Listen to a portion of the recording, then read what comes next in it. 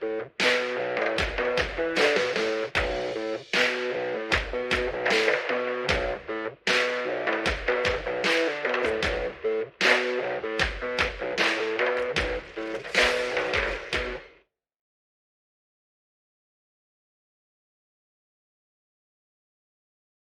현장 정책 제안 토론회 2부 사회를 맡게 된 정은영입니다. 반갑습니다. 네. 큰 박수 고맙습니다. 1부는 오전에 타운홀 미팅으로 진행을 하셨지요? 네. 자, 지금 현재 여러분이 보고 계시는 생방송은 2부 순서로 궁금증을 해소하는 알쓸문답 그리고 온오프라인 정책 제안 발표로 진행을 하도록 하겠습니다.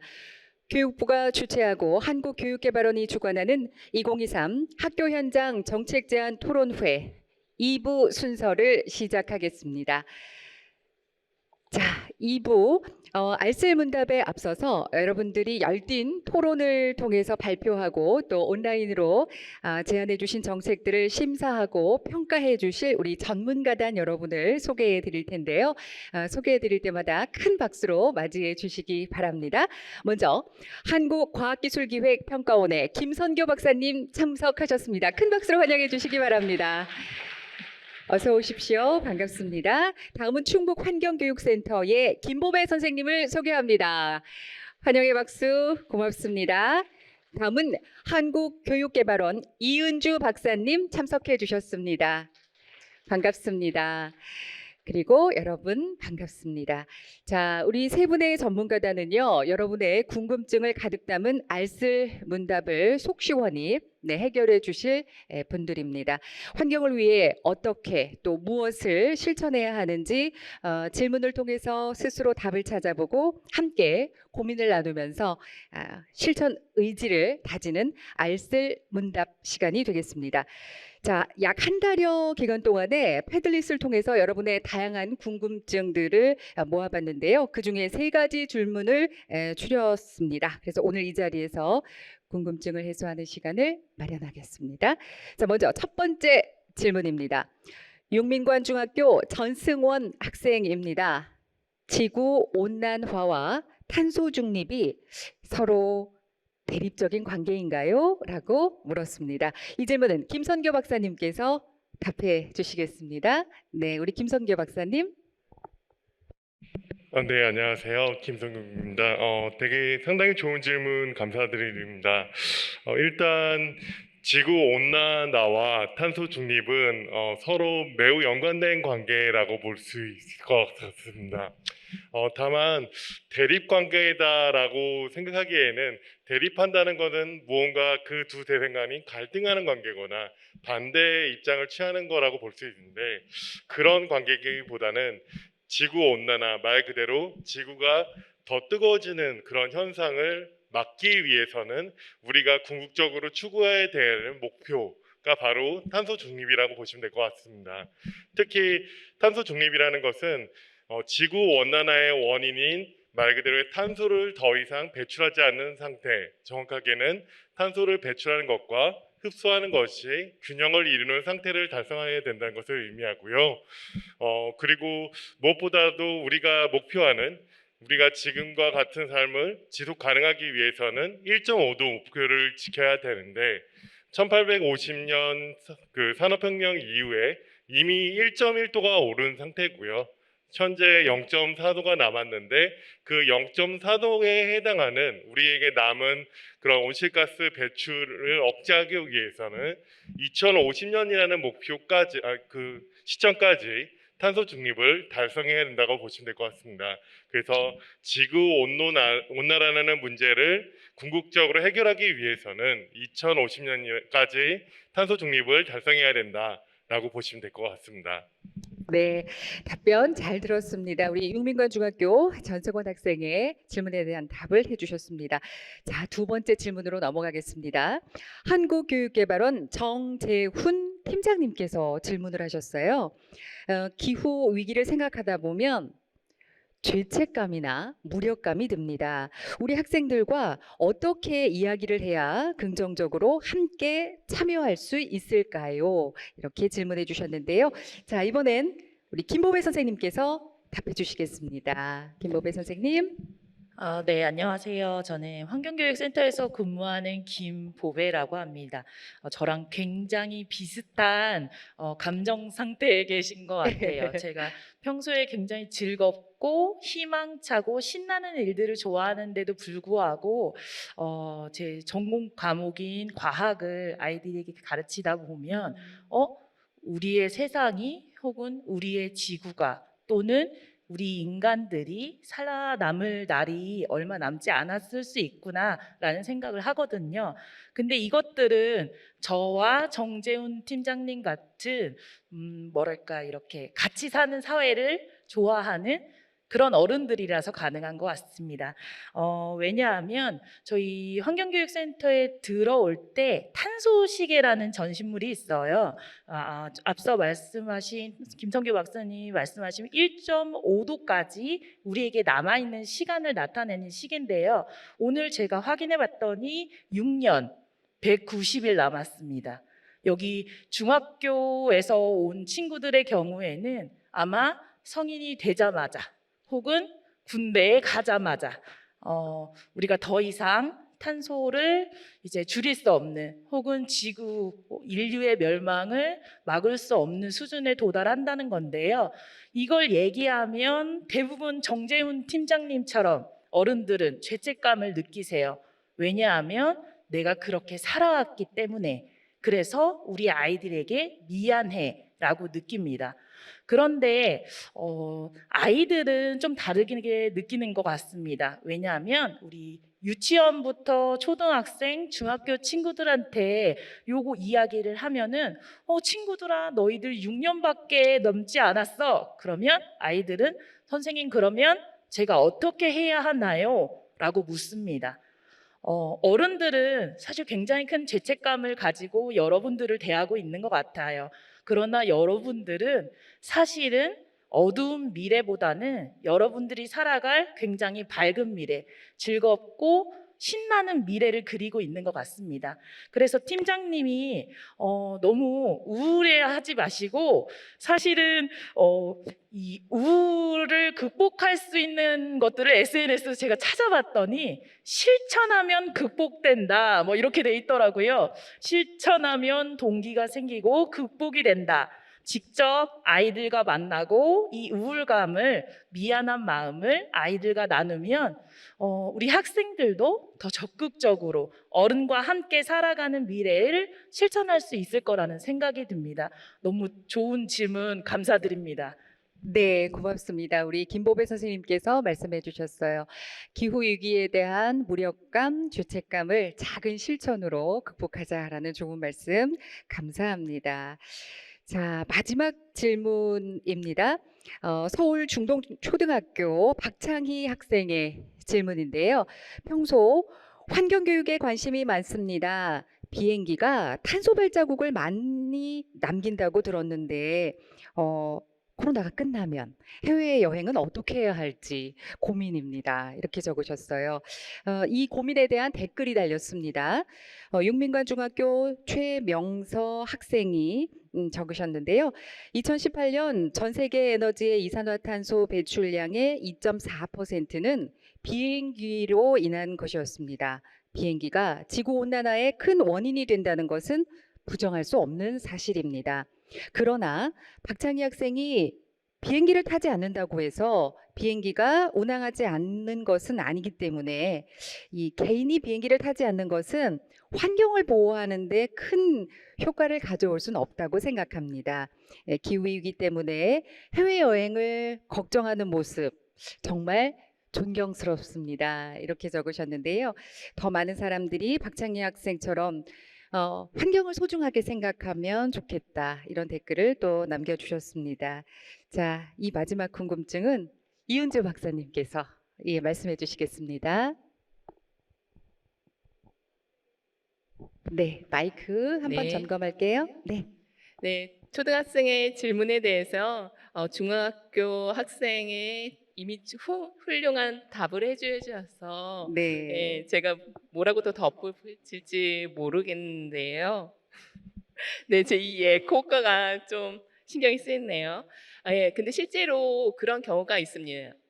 해외에서 초청이 왔을 때 그거를 거절하는 경우도 있어요. 그러니까 이런 탄소 배출이나 이런 거를 걱정하는 모습들, 행동들인데요. 그것 말고도 그것 말고도 사실은 다른 선택지들이 있습니다. 그러니까 비행기를 타지 않고 육로를 통해서 가는 방법도 있고요. 배를 타고 가는 방법도 있습니다. 사실 우리가 해외여행하면 꼭 비행기를 타고 가야 된다는 생각 자체가 사실은 A 아니면 B라고 혹시 너무 단서적으로 생각하고 있는 것은 아닌지 한번 다시 생각해 봤으면 좋겠고요. 그리고 이런 선택지들은 여러분들이 새로운 선택지를 만들 수도 있습니다. 그렇기 때문에 제 생각에는 이렇게 고민하는 모습 자체에 내가 이거를 할지 말지 이렇게 고민하는 자체가 굉장히 훌륭하다고 생각되고요. 그리고 여러분들이 새로운 선택을 만들어 나갈 수 있다는 것에 좀 더 격려하고 응원하고 싶습니다. 네, 두 학생의 대답 모두 훌륭한 것 같습니다. 네. 고맙습니다. 이윤주 박사님께서 답해 주셨는데요. 말씀하신 것처럼 정말 이 질문 자체가 그리고 고민 자체가 굉장히 훌륭하고 그리고 기후 변화에 큰 관심을 갖고 있다고 생각을 합니다. 자, 여러분의 궁금증 많이 해소가 좀 되었나요? 저는 이 평소에 궁금했던 그리고 생각지도 못한 그런 질문에 다시 한번 환경에 대해서 생각해 보는 그런 계기를 가지게 됐습니다. 여러분들도 그런 시간이었길 바랍니다.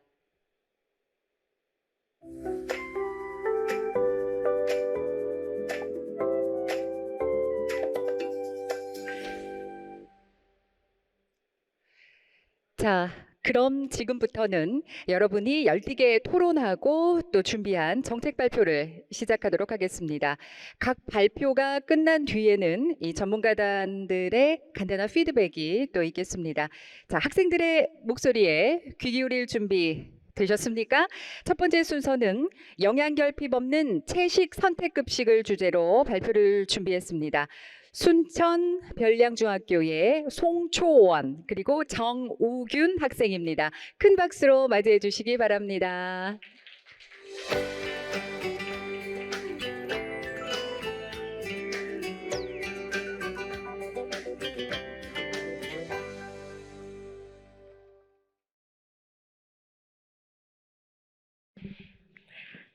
안녕하세요. 네, 저희는 순천 별량중학교의 제로웨이스트부라는 이름으로 동아리 활동을 하고 있는 송초원. 정우균입니다. 네, 저희는 영양 결핍 없는 채식 선택 급식이라는 정책을 준비하게 됐는데요. 네, 일단 저희 동아리 소개 짧게 해드리자면, 네, 저희 동아리는 학교 내에서 밀크로드나 에코브릭, 잔반대로 같은 여러 캠페인을 저희가 진행하고 있고, 저희 순천시 내에서도 정책 제안을 활동을 하고 있고, 환경 관련 프로그램에 적극적이게 참여하고 있습니다. 네, 저희가 먼저 사전 활동들에 대해서 설명을 드리고 관련 사례랑 조례에 대해 설명을 드리고 그리고 이 정책이 필요한 이유 그리고 마지막으로 정책 소개 이렇게 드리도록 하겠습니다. 네, 일단 저희는 그 2달 동안 정책의 아이디어를 얻고 궁금증을 해결하기 위해서 먼저 여수의 비건 카페에 방문하게 됐는데요. 그래서 비건 카페 사장님 분께 동물권에 대한 설명을 들었고 그리고 직접 비건 음식 만들기 체험도 해봤고 그래서 저희가 동물권에 대해서도 알고 비건에 대해서도 좀 더 알아보는 시간을 갖게 되었습니다. 네, 그리고 저희는 곡성 미실란이라는 곳에 가서 농부과학자분을 만났는데요. 그곳은 채식 식당이 있는데 완전한 채식 식당이 아니고 거기에는 육류로 된 것도 있고 채식을 선택할 수 있는 그런 식당이더라고요. 그래서 저희는 이런 미슐란이라는 회사에 방문해서 저런 식당도 가보고 그래서 저희는 이렇게 미슐란에 있는 채식을 선택할 수 있는 식당 같은 곳이 좀 더 확대되었으면 좋겠다라는 생각도 듣고 궁금한 것도 질문해보는 시간을 가졌습니다. 그리고 저희는 이제 정책의 갈피가 잡히고 좀 어느 정도 짜졌을 때쯤에 연구원분들과 줌으로 만남을 해서 저희가 궁금한 것들과 네, 좀 더 정리를 해볼 수 있었던 시간이었습니다. 네, 일단 저희 정책 제목이 영양 결핍 없는 채식 선택 급식인데 일단 이 자료를 보시면 그 축산업이 그 온실가스 배출 비율의 18%를 차지해요. 되게 상당히 높은 비율이죠. 저희가 타고 다니는 차나 비행기 이런 교통수단에서 나오는 온실가스 배출 비율보다 훨씬 더 높은 수치를 가지고 있어요. 그래서 이제 소를 사육하려면은 이제 소도 있어야 되지만 소를 키울 만한 땅도 필요하잖아요. 그런 과정에서도 많은 탄소가 온실가스가 배출된다고 합니다. 저희가 그리고 비건에는 고기만 소나 돼지 같은 고기뿐만 아니라 생선도 포함되지 않고 있어요. 엄격한 비건에서는. 그래서 왜 물고기까지 저희가 생선까지 먹지 말아야 하냐면은 해양 쓰레기 가운데 이제 저희는 해양 쓰레기 하면은 뭐 바다 거북 코에 꽂힌 빨대나 그런 사진을 대부분 기억하고 있는데 사실 해양 쓰레기 가운데 그런 생활 쓰레기는 0.03%그 정도밖에 안 되고 46%가 어업에 사용되는 폐기물, 낚싯줄 이런 폐기물이라고 합니다. 네, 그리고 저희 국내 채식주의자의 인구가 점점 증가하고 있고요. 그리고 많은 분들이 아직은 잘 모르시겠지만 비건도 단계가 나뉘어져 있어요. 뭐 아예 채소만 드시는 분들, 그리고 가끔은 고기를 드시는 분들도 계신다고 합니다. 네, 저희는 이제 채식으로는 필요한 단백질을 모두 충당할 수 없을까요? 이런 질문을 되게 많이 받았는데 이제 하루에 한 40g의 단백질을 섭취하면 된다고 해요. 보통적으로는. 그래서 이 그래프가 뭐냐면 이제 비건 분들이 먹을 수 있는 음식을 적어놨어요. 그래서 단백질을 고기에서만 얻을 수 있는 게 아니잖아요. 그래서 저렇게 현미밥, 된장찌개, 두부조림, 시금치, 배추김치 같은 비건 하시는 분들도 먹을 수 있는 음식을 저희가 이제 단백질 양을 구해서 해봤는데 이런 식단으로 2번을 먹으면 하루에 먹어야 하는 단백질을 충당할 수 있는 것을 알 수 있습니다. 네, 이제 이거는 한 사례인데 이제 한 학생이 비건을 하는 학생이 학교 급식에 고기가 대부분 나오니까 먹을 수 있는 음식이 밥과 김치밖에 없었다는 말이 많이 나왔어요. 그런 사례가 있었고 그래서 영양 결핍이 걱정된다는 사례가 있었습니다.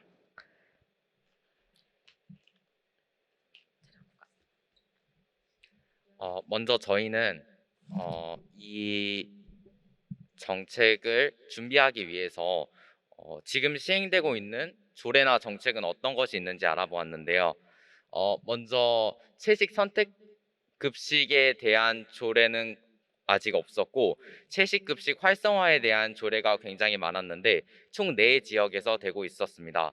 하지만 저희는 채식 선택 급식이라는 정책을 낸 거에서부터 알 수 있듯이 이렇게 활성화만 되는 것이 중요한 게 아니라 근본적으로 채식을 하는 학생들이 채식을 할 수 있도록 그런 거를 정책으로 제안하려고 하기 때문에 이런 조례들의 단점을 보완하고자 이런 정책을 내게 되었습니다.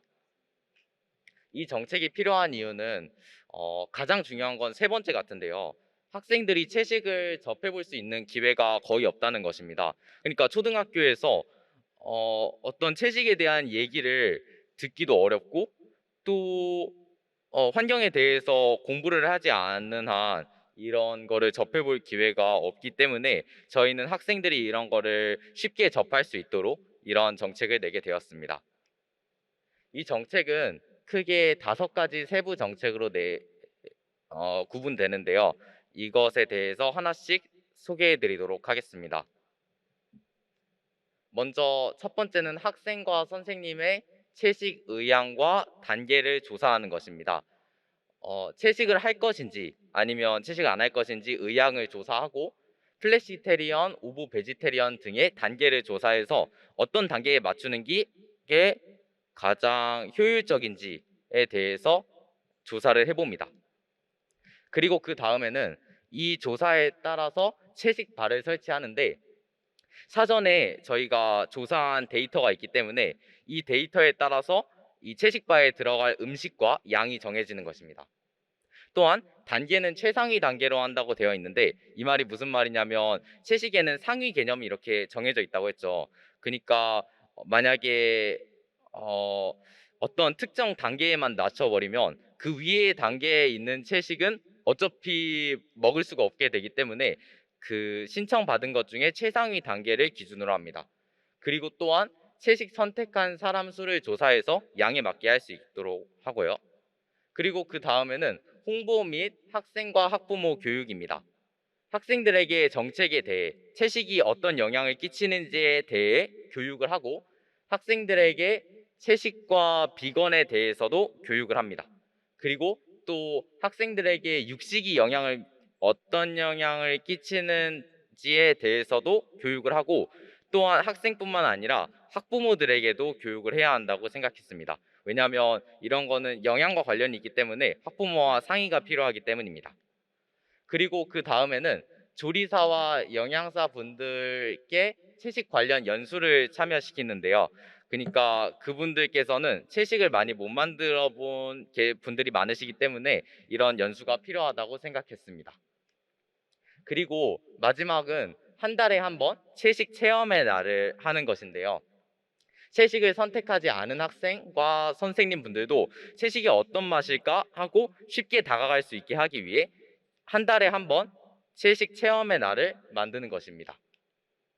이 정책의 기대 효과는 가장 중요한 것은 네 번째와 세 번째라고 생각하는데요.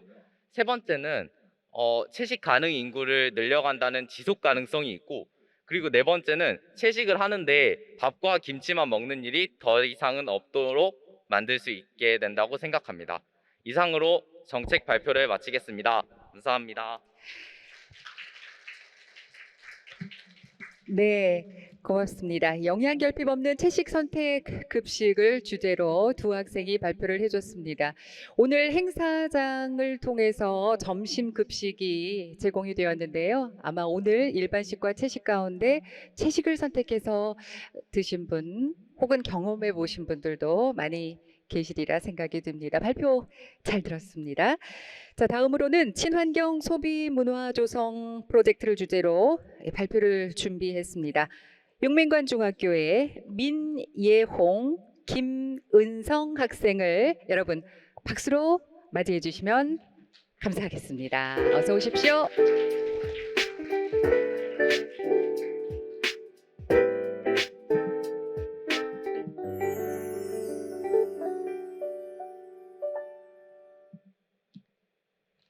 안녕하세요. 저희는 육민관 중학교 환경 동아리에서 나온 민예용, 김은성이라고 합니다.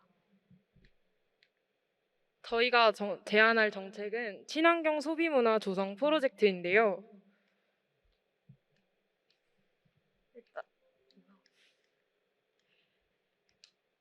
일단 본론으로 들어가기 전에 저희 육민관 중학교의 환경 지킴이를 소개해드리겠습니다.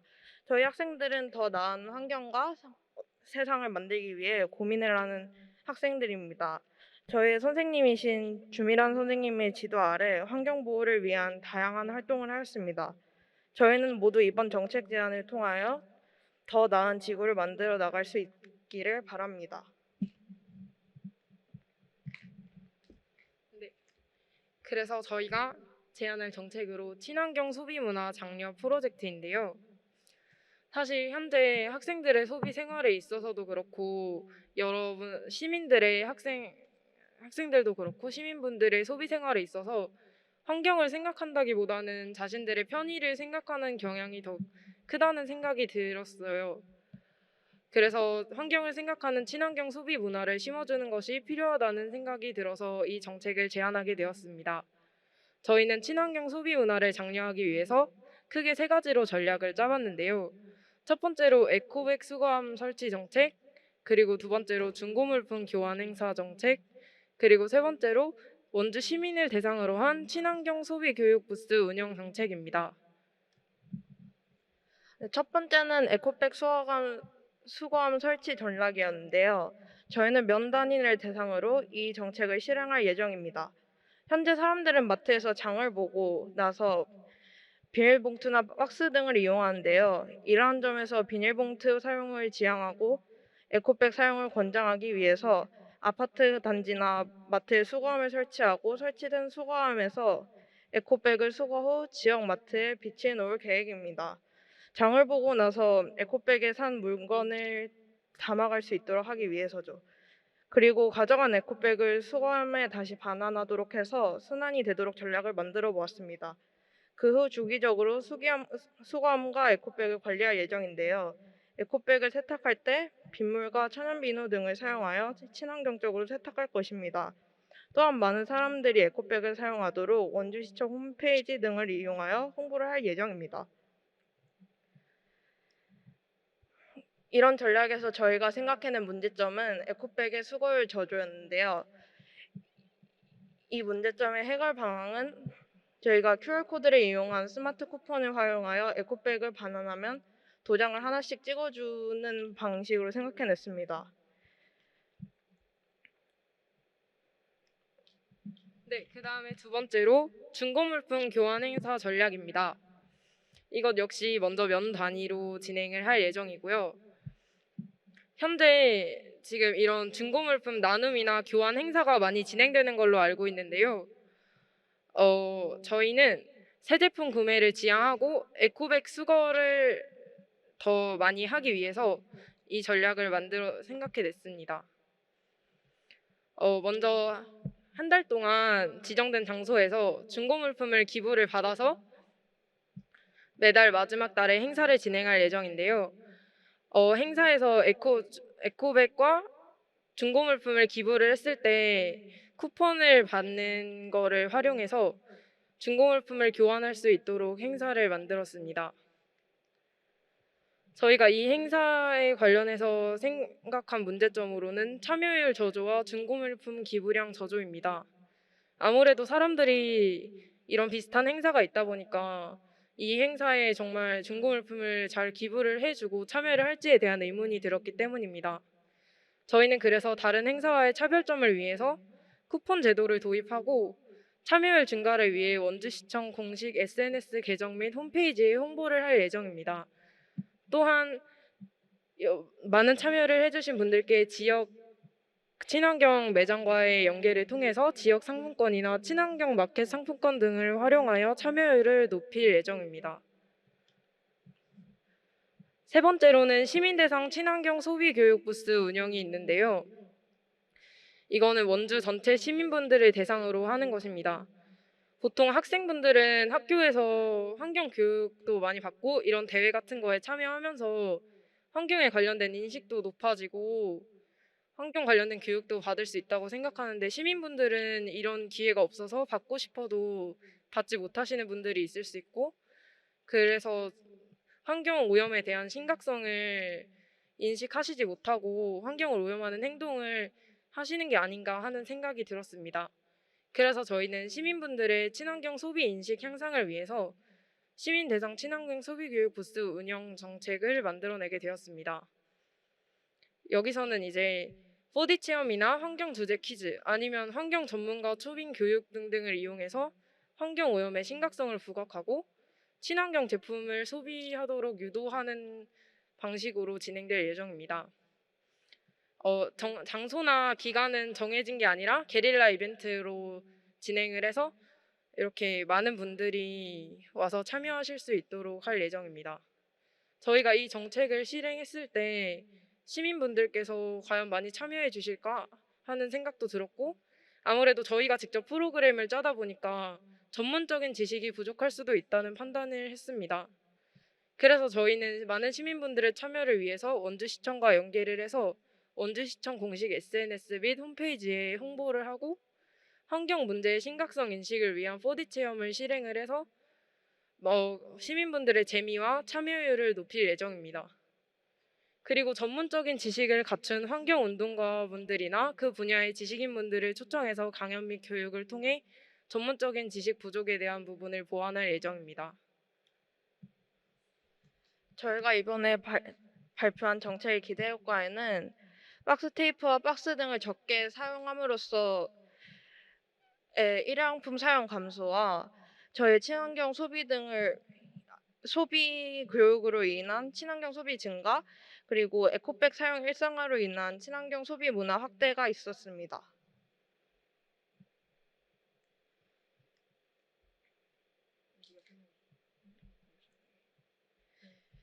이 사진들은 저희가 이번 정책 토론을 위해서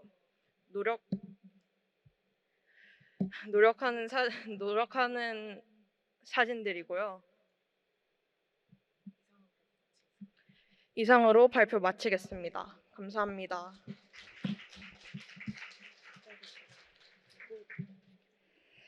네.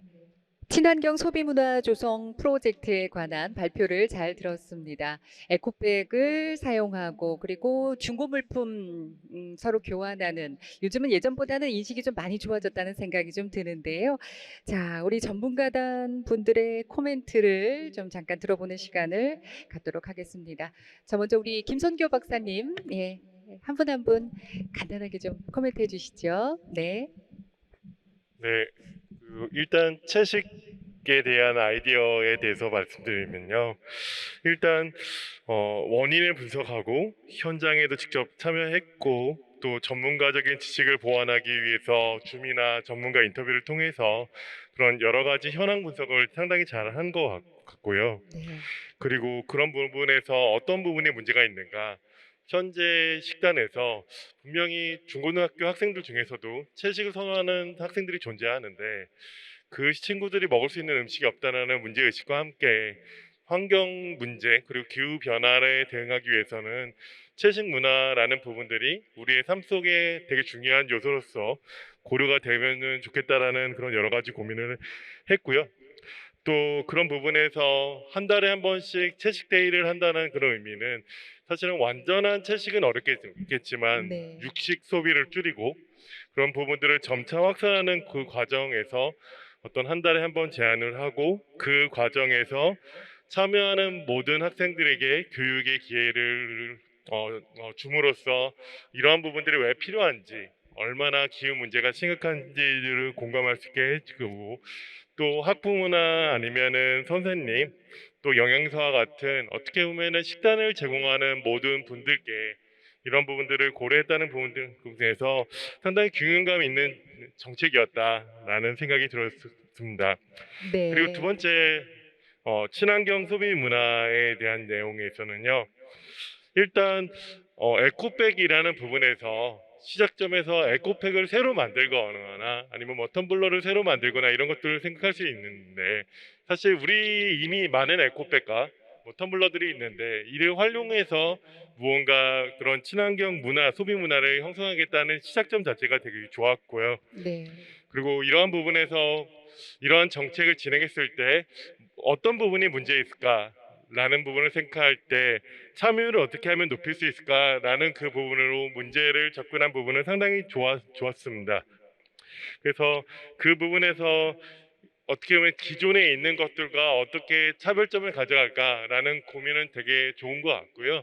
그 지자체의 의지에 따라서는 로컬 크리에이터나 네. 지역 특색의 특산물이나 지역의 유명한 어떤 상점이나 이런 부분에서 지역 축제와 연계해서 이런 부분들을 좀 페스티벌식으로 만들면 조금 더 좋지 않을까라는 아. 생각들을 덧붙여 쓰고 제 코멘트를 마치겠습니다. 네, 우리 김성규 박사님 함께 해주셨고요. 자, 이번에는 김보배 선생님께 듣겠습니다. 어, 우선 두 학교가 중학교라고 했는데 조금 수준이 너무 좋아서 되게 즐겁게 들었던 것 같아요. 특히 이 순천별량중학교 같은 경우에는 채식을 다루면서 우리가 늘 걱정하는 부분이 채식을 하는 아이들이 과연 건강하게 자랄 수 있을까? 그리고 그 아이들이 정말 자신의 선택에 따라서 자신의 삶을 살 수 있을까? 그리고 그러한 선택이 가족과 혹은 같이 살고 있는 공동체와 공유가 될 수 있을까? 이런 것들을 되게 고민을 많이 하는데 그런 고민들이 충분히 반영이 되었던 것 같아요. 그래서 이제 영양 결핍 없는 이라는 이 인권을 생각한 그런 내용들이나 혹은 채식을 통해서 환경을 걱정하는 그런 마음들, 그리고 선택이라는 것, 자신의 삶을 주체적으로 살아가는 데 필요한 선택이라는 것들을 강조를 해서 이 채식을 가지고 정책을 구성한 게 굉장히 훌륭해 보였고요. 그리고 사실 채식을 선택을 하는 사람이 되게 소수예요. 우리가 이제껏 살아온 방식으로는 다수를 위한 어떤 정책이나 다수를 위한 국가 운영이 되게 중요시 되어 왔는데 사실 소수의 의견도 중요한 의견들이 많거든요. 이런 소수의 의견과 선택을 존중해 준다는 입장에서 굉장히 즐겁게 봤습니다.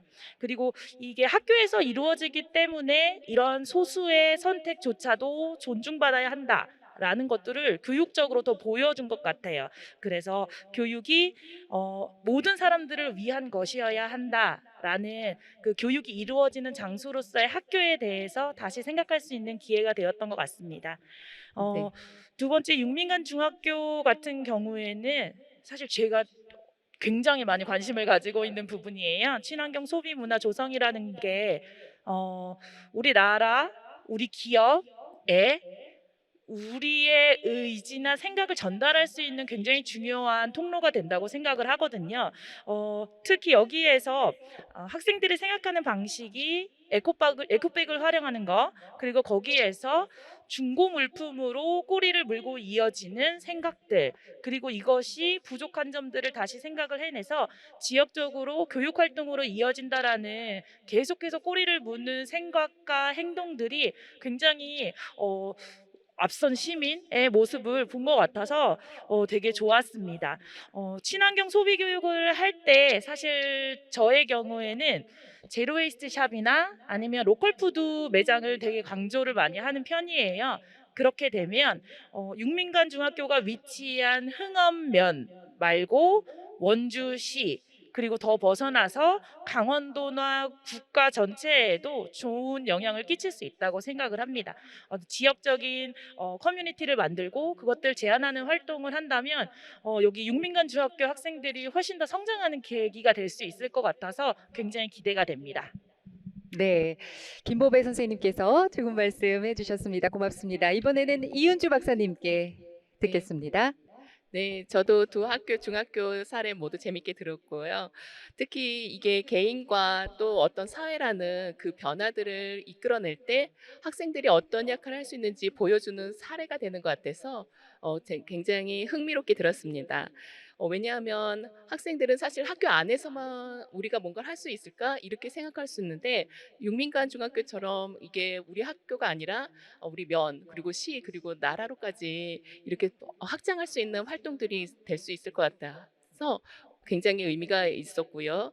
그리고 우리 그 순천 별량 중학교 같은 경우는 그렇게 어떤 변화를 이끌어내는 관심이 다른 누구가 아니라 우리 주변에 있는 학생들, 그리고 채식급식 때문에 영양 불균형이 있을지 않을까 걱정되는 그런 학생들이라는 측면에서 굉장히 그 정책이 따뜻한 정책이다. 이게 실제로 실현된다며 그런 생각들을 하게 되었습니다.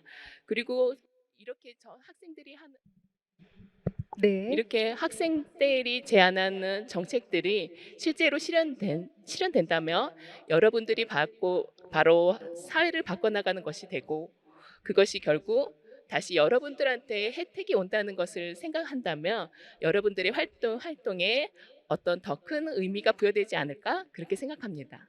네. 세 분 전문가단 분들의 코멘트를 잘 들어봤습니다. 여러분께서 정말 뭐 채식급식에 대한 어떤 경험치를 통해서 앞으로 내가 선택할 수 있는 그런 시간들을 만들어 봐야겠다는 이런 고민. 그리고 또 아까 친환경 소비 문화 조성을 위해서 이걸 또 어떻게 잘 홍보할 수 있을까?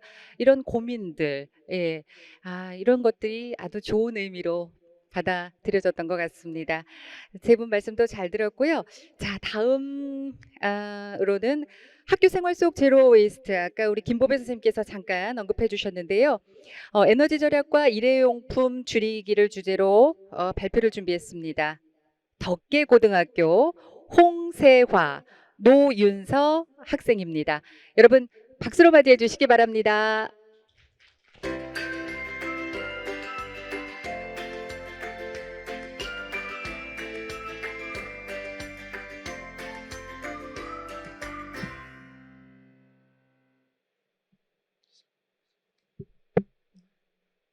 안녕하세요. 저희는 덕계고등학교 노윤서. 홍세화입니다. 저희가 이번 학교 현장 정책 제안 토론회에서 제안하고자 하는 정책은 에너지 절약과 일회용품 사용 줄이기를 목표로 하는 학교 생활 속 제로 웨이스트 정책입니다. 김유경, 군호엘, 유지민 학생과 함께 진행하였고 이지 선생님께서 지도해 주셨습니다. 그럼 지금부터 발표 시작하겠습니다. 이러한 순서로 진행하겠습니다. 네, 그럼 저희 팀과 저희의 정책 제안명이 어떠한 의미를 갖고 있는지 소개해드리겠습니다. 저희 팀명에 대해 말씀드리겠습니다. 저희 팀명 너태는 물이나 눈이 얼어붙은 위에 다시 물이 흘러서 여러 겹으로 얼어붙은 얼음이라는 사전적 의미를 가진 순우리말입니다. 팀원들의 경험이 함께 쌓이고 하나를 이루어 더 좋은 미래를 만들어 나가겠다는 의미에서 너태라고 팀명을 정했습니다. 저희는 학생의 환경봉사부를 주축으로 이번 토론 참가를 위해 학생 회원들로 구성된 단체입니다. 이어서 저희 팀 너태의 팀원을 소개하겠습니다. 덕계고등학교 학생회 환경봉사부 부장이시자 유일한 2학년으로서 전체 진행 및 총괄을 맡으신 김유경 선배님, 수치기록, 설문조사 진행, 소등 챌린지 총괄을 맡은 환경봉사부 부원 군호엘 하구님, 문서 정리, PPT 제작, 캔 사업 총괄과 오늘의 발표를 맡은 환경봉사부 부원 노윤서 하구님, PPT 제작과 자료 검토, 캔 사업 총괄을 맡은 예술복지부 부원 유지민 하구님, 마지막으로 텀블러 데이 총괄과 오늘의 발표를 맡았고 학생회 회장단으로 활동하고 있는 저 홍세와 이렇게 5인으로 구성되어 있습니다. 저희의 정책 제안명은 제로 웨이스트 스쿨입니다. 학교에서의 다양한 학생 활동 속에서 쓰레기 배출을 최소화하고자 이러한 명칭을 택했습니다. 저희는 이 정책 속에서 학생들이 급식 섭취, 자판기 이용, 동아리 발표회 같은 다양한 학생 활동에서 에너지를 아끼고 재활용률을 높이고 궁극적으로 쓰레기 배출을 최소화할 수 있는 정책을 제안합니다. 저희가 정책을 제안할 곳은 학교입니다. 학생들이 실제로 생활하고 있는 학교 단위 안에서 실천 가능한 정책을 제안하고 싶었습니다. 실제로 저희는 저희 학교에서 정책을 제안하여 직접 실시하였고 후에 저희 지역의 중고등학교에도 저희 정책을 제안하려고 합니다. 저희는 인텐시브 에너지 세이빙 윅, 워싱 캔 윅, 에코 프렌드리 스쿨 클럽 어워드, 텀블러 데이 이렇게 4가지의 세부 정책을 진행해 보았습니다. 이 4개의 정책을 제안하는 과정에서 저희는 정책 제안의 배경과 대상, 목표 개선 방향을 생각해 보았습니다. 4개의 정책 모두 대부분의 학교에서 재활용이 제대로 이루어지지 않고 있고 낭비되는 자원이 많다는 점을 배경으로 삼아 고안해냈습니다. 따라서 4 정책 모두 학교 활동에서 일회용품 사용을 최대한 줄이고 학생들이 환경적 측면을 자발적으로 고려할 수 있도록 유도하는 정책입니다. 저희는 중고등학교 학생을 저희의 정책 대상으로 삼았으며 각 정책을 진행해 본 후 느낀 한계를 바탕으로 개선 방향을 논의하는 활동 또한 진행했습니다. 저희의 첫 번째 정책은 인텐시브 에너지 세이빙이었습니다. 한 주간 집중적으로 에너지를 절약하기 위해 저희는 소등 챌린지를 진행했습니다. 왼쪽의 포스터를 통해 점심시간 20분 동안 교실 불을 끈다면 많은 에너지를 절약할 수 있을 것이라고 학생들에게 홍보했습니다. 이 정책은 점심시간에 사용하지 않는 교실에도 불이 켜져 있어 불필요한 에너지가 낭비되고 있다는 점에서 시작되었습니다. 실제로 저희 학교에는 점심시간 2, 30분 동안 비어있는 교실이 많고 그 시간 동안의 에너지를 절약한다면 많은 에너지가 절약될 것이라고 생각했습니다. 또한 저희는 일주일 동안 진행된 정책의 효과를 비교 분석함으로써 학생들에게 작은 실천이 큰 에너지 절약으로 이어질 수 있음을 알려주고자 했습니다. 그래서 12월 말 1학년 8개 반에서 점심시간 20분 소등을 실시하였습니다. 결과를 집계했을 때 이 정책을 실시하지 않은 주의 전기 사용량은 1862kW였던 반면 정책을 실시한 주의 전기 사용량은 28kW였습니다. 사실 행정실에서 제공한 데이터 자료를 그대로 분석한 것이지만 집계 오류의 가능성이 있기 때문에 이 수치 그대로 효과를 가늠하는 것에는 어느 정도 한계가 있을 것이라고 생각합니다. 그래서 저희는 계절별 일일 평균 전기 사용량을 비교하기로 하였고 10월, 11월에 비해 12월 전기 사용량이 크게 상승하는 것을 알게 되었습니다. 따라서 이 상승분을 점심시간 소등과 히터 끄기 등의 활동을 통해 줄인다면 유의미할 것이라고 추정했습니다. 또한 히터 끄기를 시행하지 못한 이유로 강추위를 제시했는데 이번 토론 과정에서 옷 껴입고 오기 챌린지라는 좋은 의견이 있어서 적극 수용하기로 했습니다. 다음으로 캔 재활용률 높이기 활동에 대해 말씀드리겠습니다. 저희 학교에는 캔 자판기가 설치되어 있어 캔 쓰레기의 양이 매우 많습니다. 그런데 여기 비포 부분에 버려진 캔 사진을 보시면 학생들이 캔을 제대로 재활용하고 있지 않음을 알 수 있습니다. 캔을 제대로 재활용하기 위해서는 캔을 물에 헹구고 구겨서 이물질이 들어가지 않도록 해야 합니다. 캔의 수거율은 80%에 육박하지만 실제 재활용되는 비율은 30%도 채 되지 않습니다. 이 문제의 주된 이유로는 저희 학교 학생들처럼 사람들이 캔을 제대로 재활용하지 않고 있다는 것입니다. 이러한 문제를 해결하고자 저희는 캔 재활용률을 높이는 활동을 실행했습니다. 본 정책의 목표는 쓰레기 배출의 5단계를 시행함으로써 재활용률을 높이고자 함입니다. 정책 내용으로는 실내 수도가에 캔 수거함을 설치하고 포스터를 제작해 학생들이 캔을 헹구고 압축하여 버리도록 유도하는 것입니다. 이 활동의 결과에 대해 말씀해 드리겠습니다. 12월 19일부터 12월 28일까지 강추위로 인해 학생들의 호응을 얻지 못하여 많은 참여를 이끌어내지 못했습니다. 다음 활동의 결과를 분석해 봤을 때 다음 학기 봄 또는 체육대회 시즌에 이 정책을 다시 시도한다면 더 나은 호응을 기대할 수 있을 것이라 생각됩니다. 또한 오늘 토론회에서 캔뿐만 아니라 우유팩, 플라스틱 쓰레기도 같은 장소에서 헹굴 수 있도록 하자는 의견이 있었습니다. 그런데 저희 학교의 주된 쓰레기는 캔이기 때문에 이 부분은 지역사회로 확대할 때에만 고려하기로 했습니다. 저희의 세 번째 세부 정책은 에코프렌드리 스쿨클럽 어워드입니다. 저희는 동아리 부스 운영 기간에 왼쪽의 포스터처럼 저희만의 친환경 동아리 평가 기준을 만들고 오른쪽의 채점표를 통해 친환경 동아리를 선정하여 시상했습니다. 대부분의 학교에서 동아리 발표회 부스를 운영할 경우에는 일회용 쓰레기 배출량이 증가하고 재활용이 제대로 이루어지는 데 어려움이 있습니다. 그래서 저희는 친환경적으로 동아리 부스를 운영하는 동아리를 시상함으로써 학생들이 부스 운영 과정에서 환경을 고려할 수 있도록 하였습니다. 활동을 진행해본 결과 왼쪽의 사진처럼 재활용 시스템이 마련되어 있지 않고 쓰레기 배출량이 많은 동아리도 있었습니다. 그러나 오른쪽 사진처럼 환경을 고려해 친환경 부스를 운영하려고 하는 동아리도 있었습니다. 그러한 동아리는 PPT 퀴즈 등을 통해 종이 낭비를 줄이려고 하였고 재활용 시스템을 마련하여 쓰레기가 잘 처리될 수 있도록 하였습니다. 저희는 그러한 친환경 동아리 2개의 상품권을 증정했고 부장과 인터뷰를 진행했습니다. 의학학 동아리 마데카솔의 경우 친환경 동아리 상에 의해 쓰레기 배출에 대해 고민해볼 수 있었고 도서관 동아리 세관에서 또한 친환경 동아리 상으로 동아리 부스 과정 중 환경적 측면을 신경 쓸 수 있었다고 답했습니다. 이처럼 동아리 상을 진행하면서 동아리 발표회 이외에 다른 여러 학교 축제에서 친환경상을 도입한다면 더욱 큰 효과를 발휘할 것으로 생각했습니다.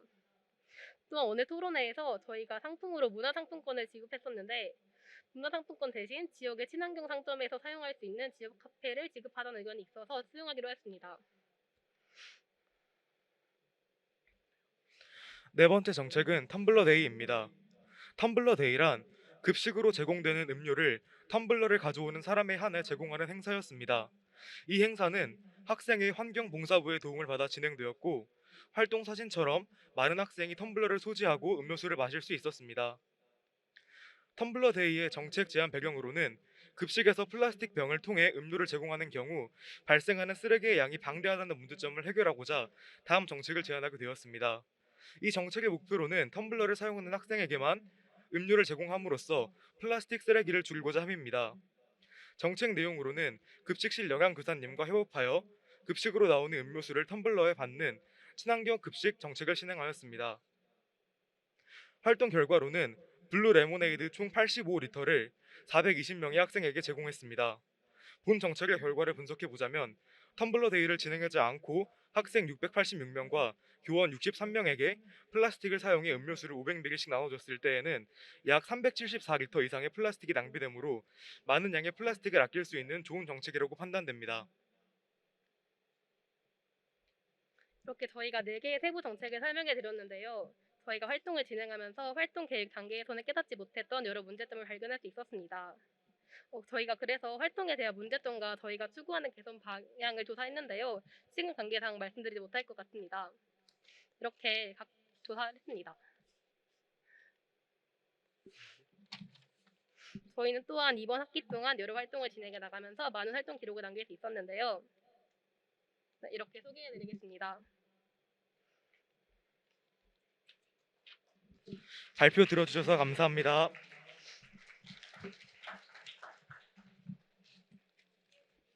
네, 덕계 고등학교 학생들의 발표를 잘 들었습니다. 고맙습니다. 자, 다음 발표는 환경보드게임 정책을 주제로 발표를 준비했습니다. 양평고등학교의 김시현, 조담희 학생입니다. 여러분 환영의 박수 보내주시면 감사하겠습니다.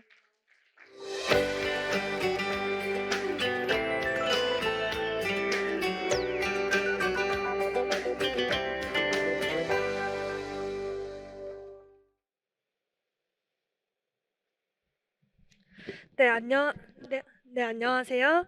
저희는 양평고등학교 에스얼스 2050 팀으로 나온 오늘 발표를 맡은 김시연, 조다미입니다.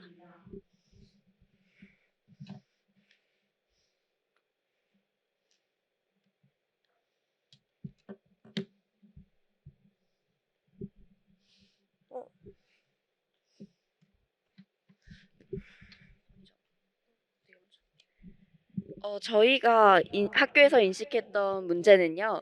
학교 내 환경 파괴에 대한 인지 부족과 핸드폰 사용으로 인한 탄소 발생이었습니다. 그로 인해서 저희의 문제 해결 방안은 환경 파괴, 환경 보호, 탄소 중립의 내용이 다양하게 담긴 보드게임 정책 사업이었는데요. 왜 저희가 보드게임을 준비했냐면 환경 보호라는 광범위하고 교육적인 내용을 담기에는 게임이라는 매체를 골라서 학생들에게 더 긍정적인 반응을 이끌어낼 수 있는 방안을 고민했습니다. 그 중에서도 보드게임을 고른 이유는 저희가 인식했던 문제 중에 휴대폰 사용을 통한 탄소 배출과 그리고 컴퓨터 게임을 하게 되면은 오락성이 강한 게임을 할 수 있기 때문에 저희가 의도한 휴대폰 사용으로 인한 탄소 배출 그리고 교육적으로 할 수 있는 그런 게임에 관련된 교육을 하기에는 보드게임이 가장 잘 들어맞을 수 있다고 생각했습니다. 저희가 이 정책을 통해서 학생들에게 미칠 영향은요. 학생들이 직접 추상적인 환경 위기라는 개념을 스스로 체험해보고 환경 위기에 대한 경각심을 가지게 되면서 저희가 그 스스로 체험을 하면서 환경 위기를 더 보전할 수 있는 그런 기회를 부여할 수 있게 되었고요. 또 일상생활에서 쉽게 접할 수 없는 개념을 보드게임이라는 매체로 접함으로써 흥미와 관심을 동시에 고취시킬 수 있었습니다. 또 개인은 휴대폰 사용을 줄이고 환경 보드게임이라는 매체로 쉽게 환경 보호에 대한 정보를 배우고 익힐 수 있어 도움이 되면서 환경 입장에서는 환경 보호에 관심을 가진 학생이 늘어나고 휴대폰 사용 감소를 통한 직접적인 환경 보호 효과도 얻을 수 있었습니다. 이 외에도 환경 2위가 이론적인 것이 아닌 현실에 영향을 미치는 요소라는 것을 체감을 하면서 실제성을 고취시킬 수 있었고요. 학생들과 사람들에게 상대적으로 낯선 개념인 탄소 중립에 대한 내용을 간단하고 효과적으로 전달하고 탄소 중립을 실천함으로써 환경에 도움이 되는 결과를 가져올 수 있다는 장점이 있습니다. 또 잘못된 인식을 개선할 수 있었는데요. 앞에서 설명했던 플라스틱을 씻어서 버려야 된다던가 이런 건 사실 잘 모르는 개념이기 때문에 그런 것을 이 정책을 통해서 학생들에게 더 널리 전파시킬 수 있었습니다. 또 따, 타, 타 정책과의 차이점은 보다 쉬운 접근인데요. 보드게임이라는 매체의 특성을 사용해서 사용자들이 부담 없이 간단하게 플레이할 수 있었습니다. 하지만 그 안에 전달하고자 하는 내용들은 다양하게 녹여낼 수 있다는 장점이 있습니다. 또 이전의 주입식 교육과 이론적 교육이 학생들에게 개념을 주입하는 방식이었다면 우리가 추진하는 환경 보드게임은 학생들이 스스로 체험하고 깨닫게 함으로써 자발적인 환경 교육을 추진할 수 있습니다. 또 이론적인 교육은 학교에서는 가능할지 몰라도 지역 사회에서는 시간적, 공간적 문제로 인해서 정기적이고 효과적인 교육을 기대하기는 어렵습니다. 그렇다고 해서 휴대폰이나 컴퓨터를 이용한 게임, 또 글과 같은 매체들은 그 기기가 있어야만 사용을 할 수 있고 또 노인층과 같은 경우에는 그 기기의 사용 자체에 대해 미숙할 가능성도 높습니다. 그러나 보드게임은 여러 사람이 함께 플레이함으로써 서로에게 규칙을 알려줄 수 있고 그로 인해서 대인관계 개선과 사회성도 향상될 수 있습니다. 또 타 보드게임과의 차이점은요. 환경이라는 의미를 담고 있고 실제로 환경 보호 실천으로도 이어질 수 있는 위 보드게임의 색다른 점이 장점이고요. 또 손쉬운 접근. 그러니까 스토리가 있는 게임은 사람들이 접근하기 좀 어렵긴 한데 저희가 생각한 보드게임은 초보자들이 플레이하기 쉽게 1차원적인 교육적인 내용을 담고 있습니다. 그리고 또 여기에 나와 있진 않지만 다른 보드게임과는 다르게 폐품을 이용해서 환경에도 도움이 될 수 있는 그런 걸 만들었습니다. 네, 다음으로 저희가 실제로 예시를 들어본 보드게임 정책에 대해 설명을 드리겠습니다. 이 보드게임은 이제 저희 팀 안에서 창작한 보드게임도 있고 이제 교내에서 과학 아카데미라는 시스템을 통해서 실제로 저희 학교 학생들의 의견을 반영한 새로운 보드게임을 말씀드리겠습니다. 네, 첫 번째로 보드게임 A 환경을 지켜라 우리는 환경 슈퍼맨이라는 게임을 구안해 보았는데요. 이 게임의 대상은 주로 저학년 학생들 7세에서 13세 학생들을 대상으로 하고 있고 구성은 A, B, C 카드가 있는데 이제 A 카드에는 환경을 파괴하는 내용이 담겨 있어요. 그리고 B 카드에는 환경을 보호하는 내용이 담겨 있죠. 그리고 C 카드에는 마지막으로 환경 벌점이라는 카드가 있는 거예요. 이게 어떻게 구성이 되냐면 공격 카드 게임의 형태를 띠는데 이제 A 카드를 한 학생이 제출을 해요.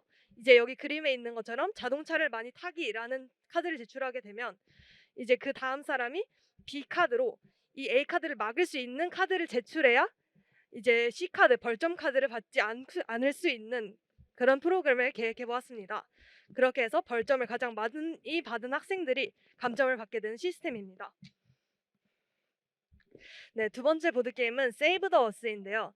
이 게임은 고학년 청소년을 대상으로 한 게임으로 구성은 게임판이 있기 때문에 보드게임, 즉 부루마블 같은 형태를 띠고 이제 특수 주사위 A, B, C, D, E, F가 적혀있는 특수 주사위를 굴려서 이제 어떻게 되냐면 6종 카드에 적혀있는 내용을 뽑아서 그 카드에 적혀있는 질문을 수행해야지 이제 앞으로 나아갈 수 있는 그래서 시작점에서부터 출발점까지 도착을 해야 승리를 할 수 있는 그런 게임을 구상해 보았습니다.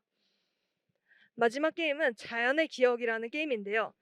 이 게임은 대상을 청소년 그리고 성인으로 한 게임으로 이제 3종 카드로 구성이 되어 있고 토큰이 있는데 이제 어떻게 되냐면 저 그림에 있는 것처럼 4 곱하기 5 형식으로 펼침으로써 그 모양에서 이제 카드를 뒤집었을 때 이 카드에 적혀 있는 내용을 기억을 해가지고 계속해서 플레이를 하면서 이 카드에 있는 내용을 기억해서 가져가면 승리하는 그런 게임을 구상해 보았습니다. 네, 그리고 저희가 생각하고 있는 보드게임 정책 설명에 대해서 말씀드리겠는데요. 먼저 앞에서 보여드린 것과 같은 독특한 환경정책 보드게임을 제작을 합니다. 그런 다음에 이 보드게임을 실제로 학생들을 대상으로 시연을 하고 또한 이 게임이 어떤지에 대해서 선호조사를 하는 겁니다. 그 다음에는 보드게임 사업팀을 구성을 하는데 이것은 이제 연장선으로서 이제 교육부와 함께 얘기를 해서 이것을 교육용 자료로 사용했을 때의 장점에 대해 설명하고 이것을 더 제작할 수 있는 그런 방안도 구상을 하고 있고요. 마지막으로는 실제로 보드게임을 전달하고 정책을 진행하는 방법을 살펴보고 있습니다. 저희는 이제 학교에서 한번 해봤는데요.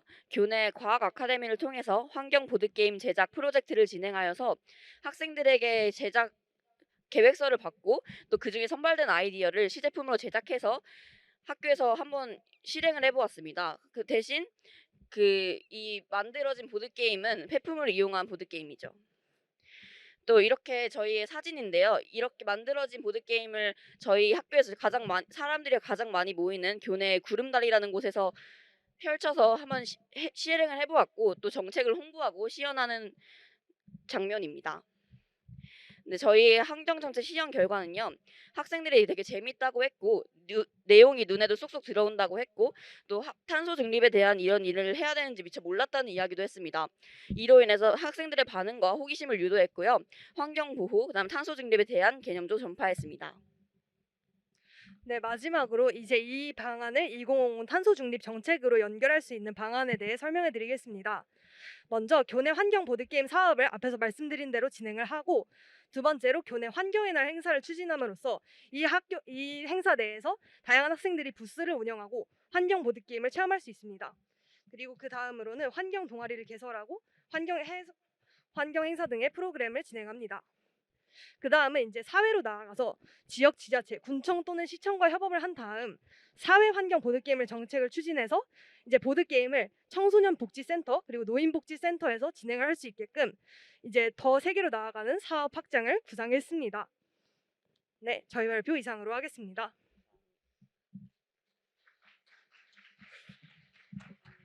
정말 많은 아이디어들이 있구나라는 생각이 됐습니다. 말씀하신 대로 쉽고 흥미롭게 접근할 수 있는 환경 보드 게임 정책을 주제로 양평고등학교의 발표를 잘 들어봤습니다. 고맙습니다. 자, 이제 마지막으로 환경 책임 활동을 위한 분리수거함을 주제로 했습니다. 함현고등학교의 송치원 학생을 큰 박수로 맞이해 주시기 바랍니다. 어서 오십시오.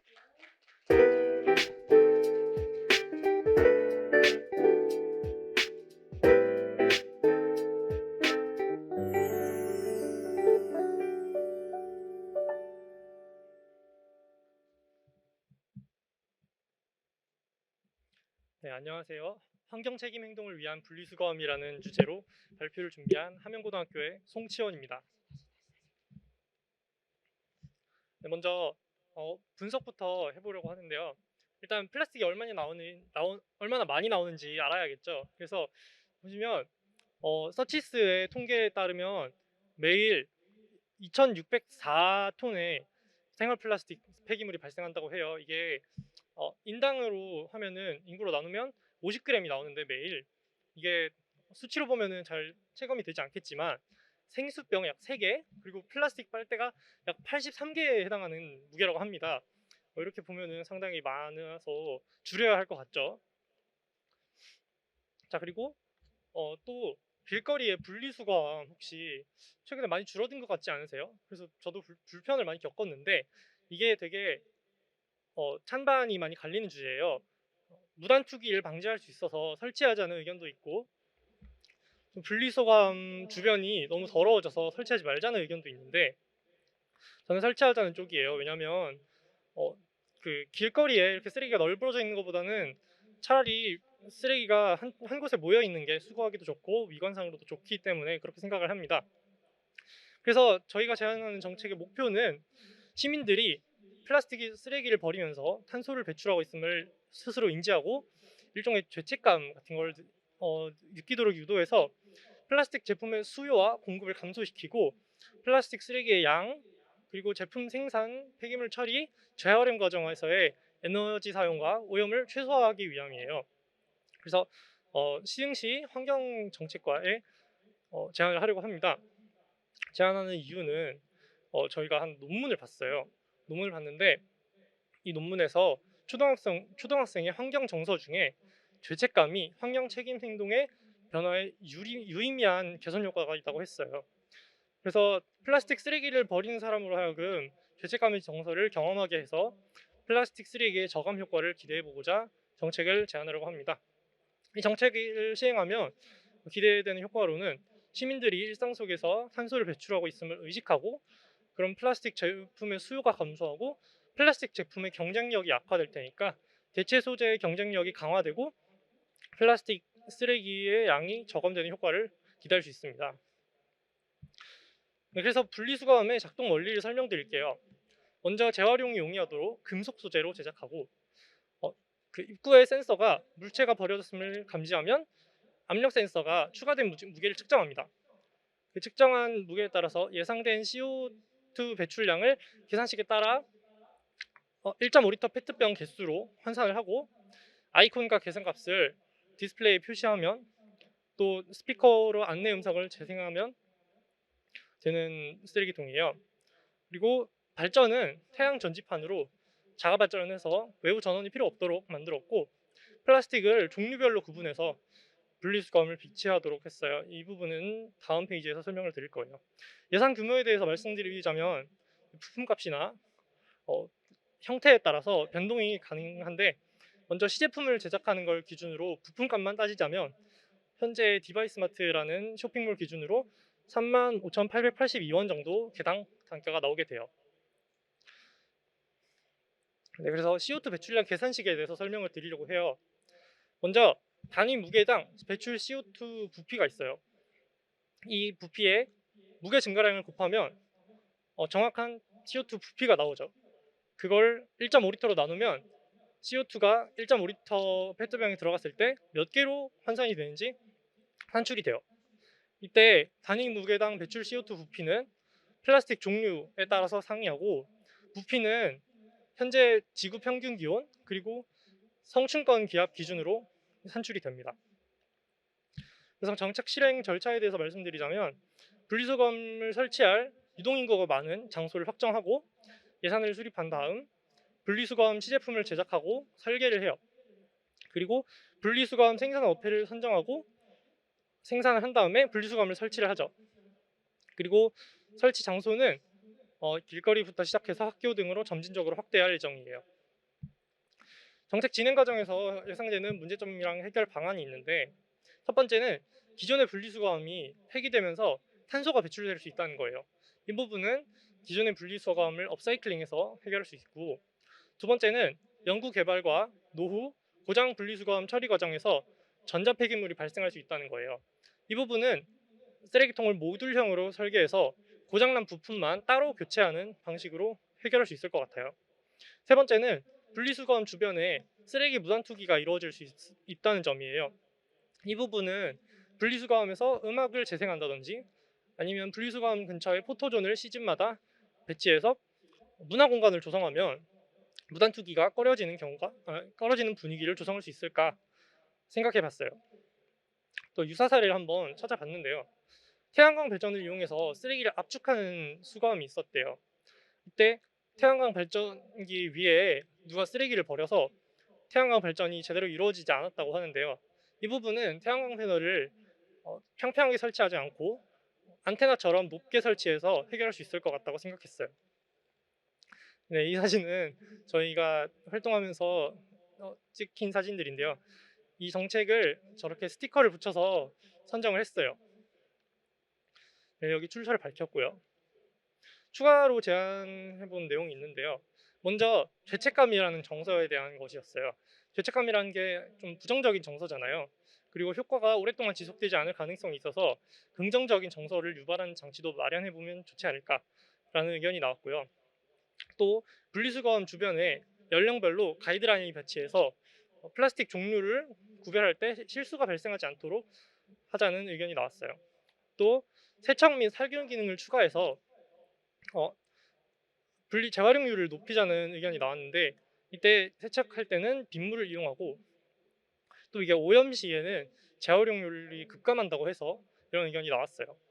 또 탄소량을 안내할 때 디스플레이와 음성 말고도 그 비례하는 양의 이산화탄소 대신 수증기를 분사해서 좀 더 직관적이고 감각적인 경험을 할 수 있도록 하면 어떨까 하는 제안 내용도 나왔어요. 또 예산을 좀 더 명확하게 수립해서 제한 정책을 좀 원활하게 수행하자 이런 제안이 있었고 태양광 패널이 고장날 수 있기 때문에 배터리를 충전해서 차라리 태양광 발전소에서 배터리를 가져와서 사용하자 이런 의견도 있었어요. 또 쓰레기가 꽉 차면 서버에 알림을 전송해서 쓰레기가 꽉 차는 경우를 최대한 적게 만들고, 또 디스플레이에 광고를 표시해서 수익을 창출하면 비용을 절감할 수 있지 않을까, 이런 의견도 나왔어요. 또 모든 온실기체를 예를 들면 메탄, 아직 메탄 같은 온실기체를 전부 CO2로 변환해서 표시하면 좀 더 정확하게 산출할 수 있지 않을까 해요. 네, 감사합니다.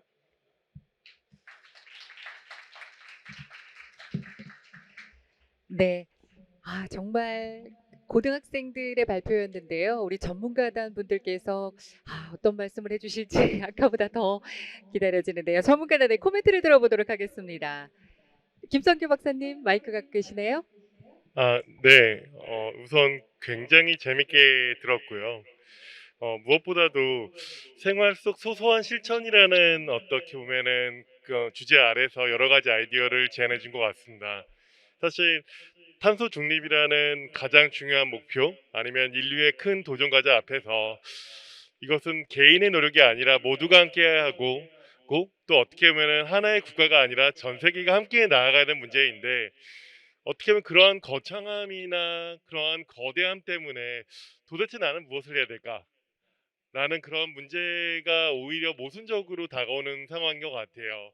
그래서 탄소 중립에 대해서 얘기하거나 기후변화에 대해서 얘기하면 지금 실천을 어떻게 해야죠? 라는 질문을 상당히 많이 받았었어요. 근데 오늘 그거에 대한 해답들을 제안해 주신 게 아닌가라는 생각이 들었습니다. 일단 덕계고부터 말씀드리겠습니다. 생활 속 제로 웨이스트라는 컨셉으로 뭐 여러 가지 무브먼트, 아니면 여러 가지 활동들을 제안해 주신 것 같아요. 그리고 재밌었던 것은 실제로 고민을 함께 하고, 또 그런 부분에 아이디어를 제안하고, 그것들을 바로바로 학교 안이라는 어떻게 보면 학생들이 주로 활동하는 공간, 어떻게 보면 본인 스스로가 경험하고 문제를 인지하고, 또 그 문제를 어떻게 해결할 수 있는지를 고민할 수 있는 공간에서 시작했다는 접근이 되게 좋았고요. 또 재밌게는 뭐 전등 끄기, 에너지 세이빙 인센티브 위크를 제안했는데, 그걸 전력량을 추론을 했는데 사실은 전기 수요가 그런 난방이나 다른 에너지 때문에 변동하기 때문에 그 부분만 측정하기가 어렵기는 해요. 근데 사실 전등 같은 경우에는 전격 용량이라는 게 존재하기 때문에 소위 말하는 전등의 그런 주어진 스펙, 그런 기술적인 특성을 보면은 2시간 정도 우리가 끄게 되면 어느 정도 전기량을 절약할 수 있다라는 것을 대충 어느 정도는 추정할 수 있을 것 같기는 해요. 근데 그럼에도 불구하고 그러한 접근 방식 자체가 되게 좋았고요.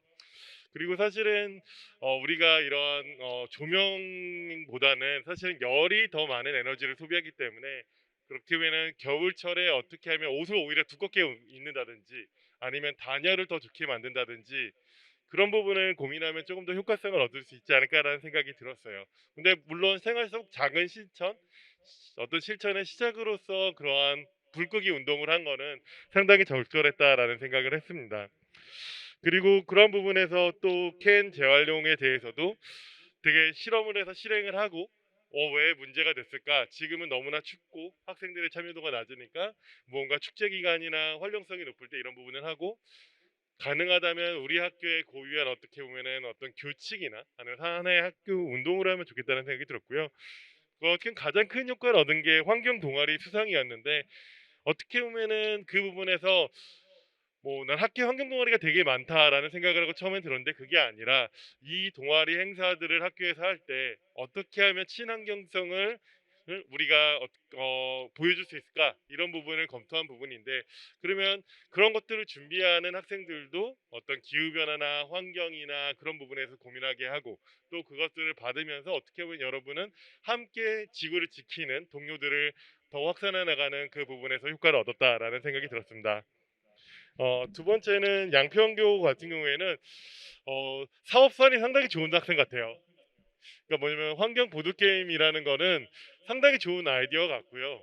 그리고 어떻게 보면은 그런 아이디어를 수집하는 과정, 어떻게 보면은 본인들이 그걸 다 하는 게 아니라 일부 아이디어를 공모하기도 하고 시제품을 만들고, 실질적으로 우리가 무언가 과학 기술에서도 뭐 연구 개발을 하고, 그 다음에 연구실 수준에서 이러한 것들을 탐색하고 상용화 직전의 단계에서 어떻게 보면은 여러 가지 기대를 모색하는데 그런 어떤 과학 활동의 일환으로서 실험실 단계에서의 할 수 있는 활동들을 했고 또 이런 것들을 스케일업 실질적으로 확산시킨다고 했을 때 어떻게 하면은 이런 것들을 가능하게 할 것인가를 고민했던 부분이 되게 관심 갖게 봤고요.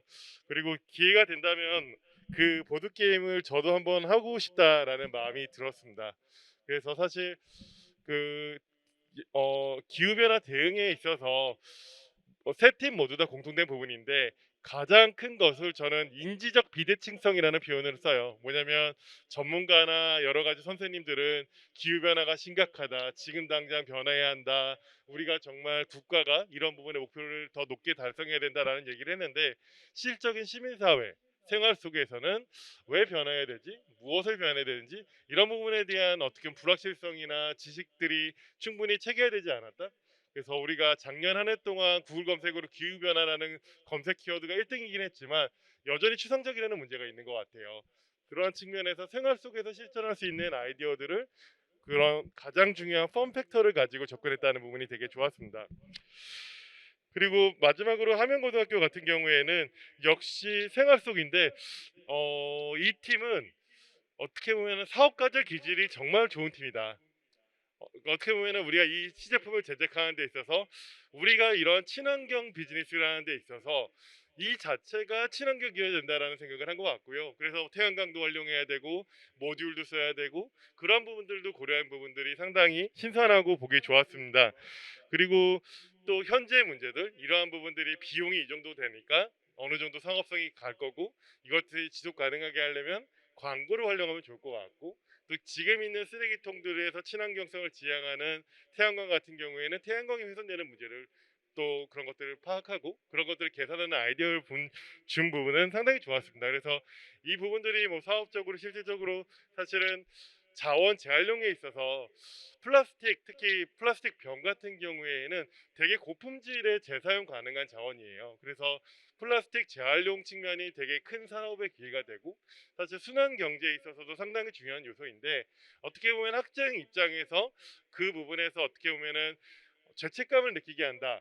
그런 부분은 논문에서 죄책감은 환경운동의 시작점이 될 수 있다라는 어떤 이론적인 근거고 역시 그것들은 적합한 부분이고 그러면 학교나 아니면 환경센터에서 이것들을 적용을 해서 실질적으로 우리가 이런 실효성 있는 경험을 하게 해주는 부분에서 좋은 도구가 되지 않을까라는 생각이 들었습니다. 그래서 세 팀 공통적으로 생활 속에서 실천할 수 있는 부분들을 제안해 주셨고 또 각각의 어떻게 보면은 강조하는 부분은 다르지만 인지적 비대칭성을 높일 수 있는 여러 가지 시도들을 보인 부분은 참신하고 되게 좋은 것 같습니다.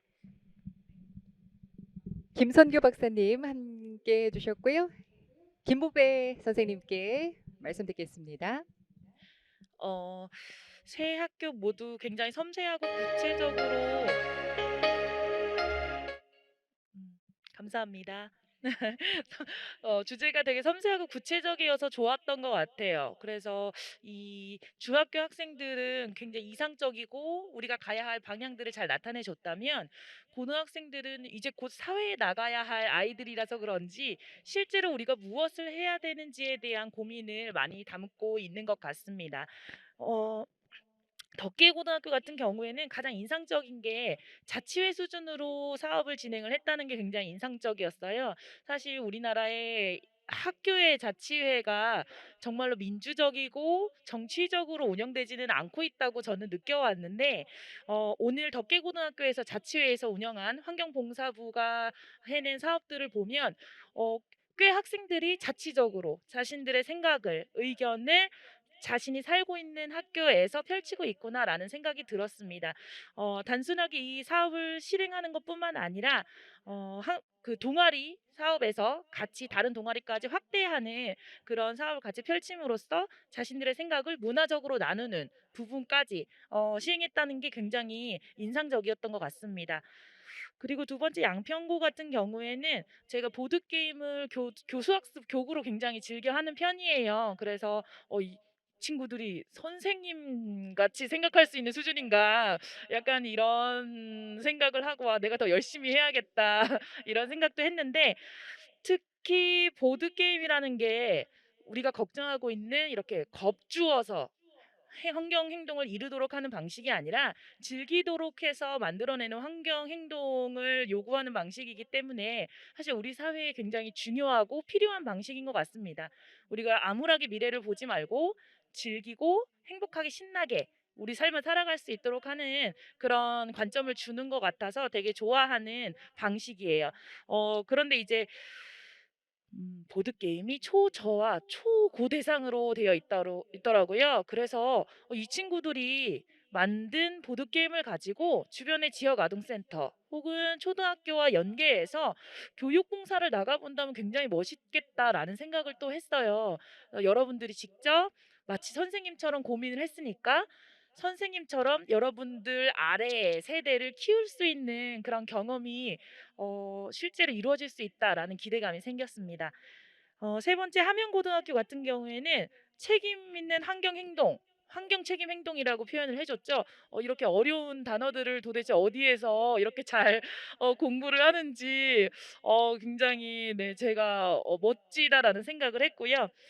특히 이제 CO2 배출량을 안내해 주는 게 우리가 되게 추상적으로 기후 위기를 보고 특히 일반 시민들이라면 뭐 광고 혹은 남들이 이야기하는 것들을 건너 건너 듣게 되는 그런 경향이 많은데 직접적으로 CO2 배출량을 제시를 하니까 느끼는 게 더 많을 것 같아요. 사실은 우리는 직접적으로 얘기해 주지 않으면 모르는 경우가 훨씬 더 많기 때문에 그것들을 명확하게 파고들어서 지적을 해준 거라는 생각이 듭니다.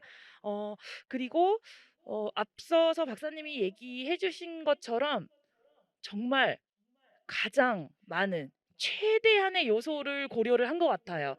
사실 환경에 대해서 고려를 할 때 이 부분이 굉장히 중요한데요. 날씨가 변하고 있어. 자꾸 따뜻해져.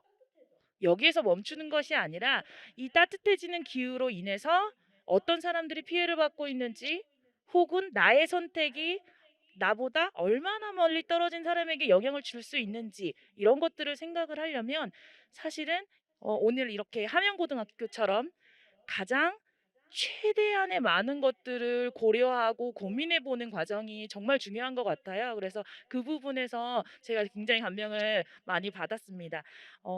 그리고 긍정적으로 CO2 배출량을 안내하는 것에 대해서 고민을 했던 것 같아요. 그래서 제가 약간 같이 고민을 해봤는데 이 CO2 배출량을 안내를 할 때 그냥 1.5리터 부피 몇 개야 라고 하면 사실 잘 와닿지 않을 수 있어서 당신은 오늘 이 분리수거를 함으로써 자동차 몇 킬로미터를 타지 않는 정도로 지구를 지켰어요. 라던가 혹은 이렇게 넣었을 때 미디어 아트로 꽃이 핀다던가 풀이 이렇게 솟아오른다던가 이렇게 넣는 부분의 손 위에 이런 식으로 미디어 아트가 같이 포함이 된다면 사실 되게 기분이 좋을 것 같아요. 그래서 함영고등학교 친구들이 말했던 긍정적인 방식의 이런 분리수거를 유도해낼 수 있는 좋은 방식이 아닐까 하고 저도 같이 생각해 봤습니다. 네, 오늘 너무 잘 들었고요. 들을수록 점점 기분이 좋아지는 발표들이네요. 우리 선생님들이 감동을 많이 하신 것 같습니다. 이은주 선생님께 듣겠습니다. 박사님. 네. 저는 그 학생들의 발표를 들으면서 이 세 학교의 사례를 시작과 과정과 결과 이 세 가지 측면에서 살펴봤을 때 우리 그 함영고 친구들이 하신 그 분리수거함 이거는 사실 그 우리가 그 길거리 가다가 보이는 불편함들 어떻게 시작했나를 생각하면은 우리 주변의 불편함, 나의 불편함 혹은 내 이웃의 불편함에서 시작했잖아요. 그리고 사실 제가 이 사례를 알고 있어요. 우리 김성규 박사님이 사업 수단이 좋다고 했는데 실제로 대학생들이 길거리에 쓰레기를 보고 불편함을 느껴서 어떤 스타트업을 창업을 해서 제가 최근에는 이 기업이 미국으로까지 진출했다는 얘기를 들었는데 사실 공공 서비스 측면에서 하면 이게 여러분들이 생각한 아이디어들이 많은 사람들에 뻗지는 것이 공공 서비스잖아요. 근데 그게 다시 나한테로 혜택이 돌아오면 그 어떻게 보면 사업이 되기도 하는데 그래서 우리 여러분들이 생각하는 것들이 단순하게 모든 사람들을 좋게 하는 것 그러기서 끝나는 차원이 아니라 그 다음 차원으로도 갈 수 있다는 걸 한번 생각해 볼 수 있는 그런 사례인 것 같아서 한명고 친구들도 더 고민해봐도 좋을 것 같고 여러분들도 같이 생각해 보면 좋을 것 같습니다. 그리고 과정 이런 것들을 어떤 정책이나 어떤 실제로 구현을 하려면 굉장히 많은 아이디어들이 필요하잖아요. 물론 여러분들은 훨씬 반짝반짝하게 많은 아이디어들을 가지고 있는데 특히 그거를 가장 잘 보여준 게 양평고가 아니었나. 저도 들으면서 그 게임을 하고 싶다는 생각이 들 정도로 공격 카드 이런 거 한번 써보고 싶다 이런 생각이 들 정도였는데 네, 그런 식으로 여러분들 자체도 재밌고 또 그 재미가 어떻게 보면은 다른 사람들한테 쉽게 접근할 수 있는 가장 좋은 효과책이거든요. 그래서 쉽게 접근하고 재미있고 그것들이 단순하게 게임이니까 2차원이 아니라 어쩌면 가장 전략적인 방법일 수 있겠다라는 측면에서 굉장히 인상 깊었고요. 그리고 우리 덕계고등학교는 여러분들이 실제로 하신 것들을 사실은 다 결과를 평가하고 수치로까지 계산을 하셨더라고요. 저는 그 점이 굉장히 인상적이었는데 그냥 우리가 뭔가를 하고 나서는 우리 잘했어라고 박수치고 끝내는 게 아니라 이게 실제로 어떤 결과가 있지? 구체적으로 어떻게 이 성과들이 보이지라는 것들 측면에서는 여러분들이 했던 활동의 결과들을 어떻게 보면 이거를 다른 사람들한테 소개할 때도 쉽고 그리고 어떻게 보면은 다른 사람들을 설득할 때 더더군다나 가장 잘 활용할 수 있는 도구여서 그 부분들을 결과를 정리하는 것들을 끝까지 잘 해나가시면은 잘 활용할 수 있지 않을까 그렇게 생각했습니다. 네, 새 학교 모두 너무 고생하셨습니다. 네. 세 분도 말씀 고맙습니다. 다들 고생 많으셨고요. 정말 톡톡 튀는 아이디어들이 많았죠. 학교마다 이렇게 감동을 좀 하시지 않았을까 생각 듭니다. 이런 정책 제안들이 하나둘 모여서 지구와 환경을 지킬 수 있는 거겠죠?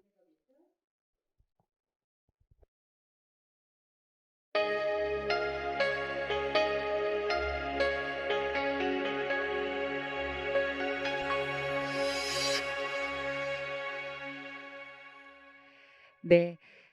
이번 순서는 온라인 정책 제안 발표입니다. 전국 44개 팀이 참여를 했고요. 심사를 거쳐서 선정이 되었습니다. 2개 팀의 정책 제안을 실시간 온라인으로 연결해서 만나보도록 하겠습니다. 자, 첫 번째 순서는 환경 전문화 의무 교육 정책 제안을 주제로 발표를 준비했습니다.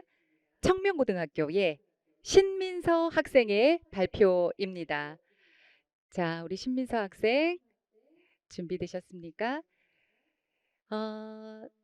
죄책감과 무력감, 기후변화의 앞에 우리가 느끼는 감정이 아니라 뭔가 희망적이고 작은 실천을 도모하는 그런 멋진 자리가 되고 있는 것 같습니다. 자, 화면에 우리 청명고등학교 신민서 학생 네, 반갑습니다. 안녕하세요.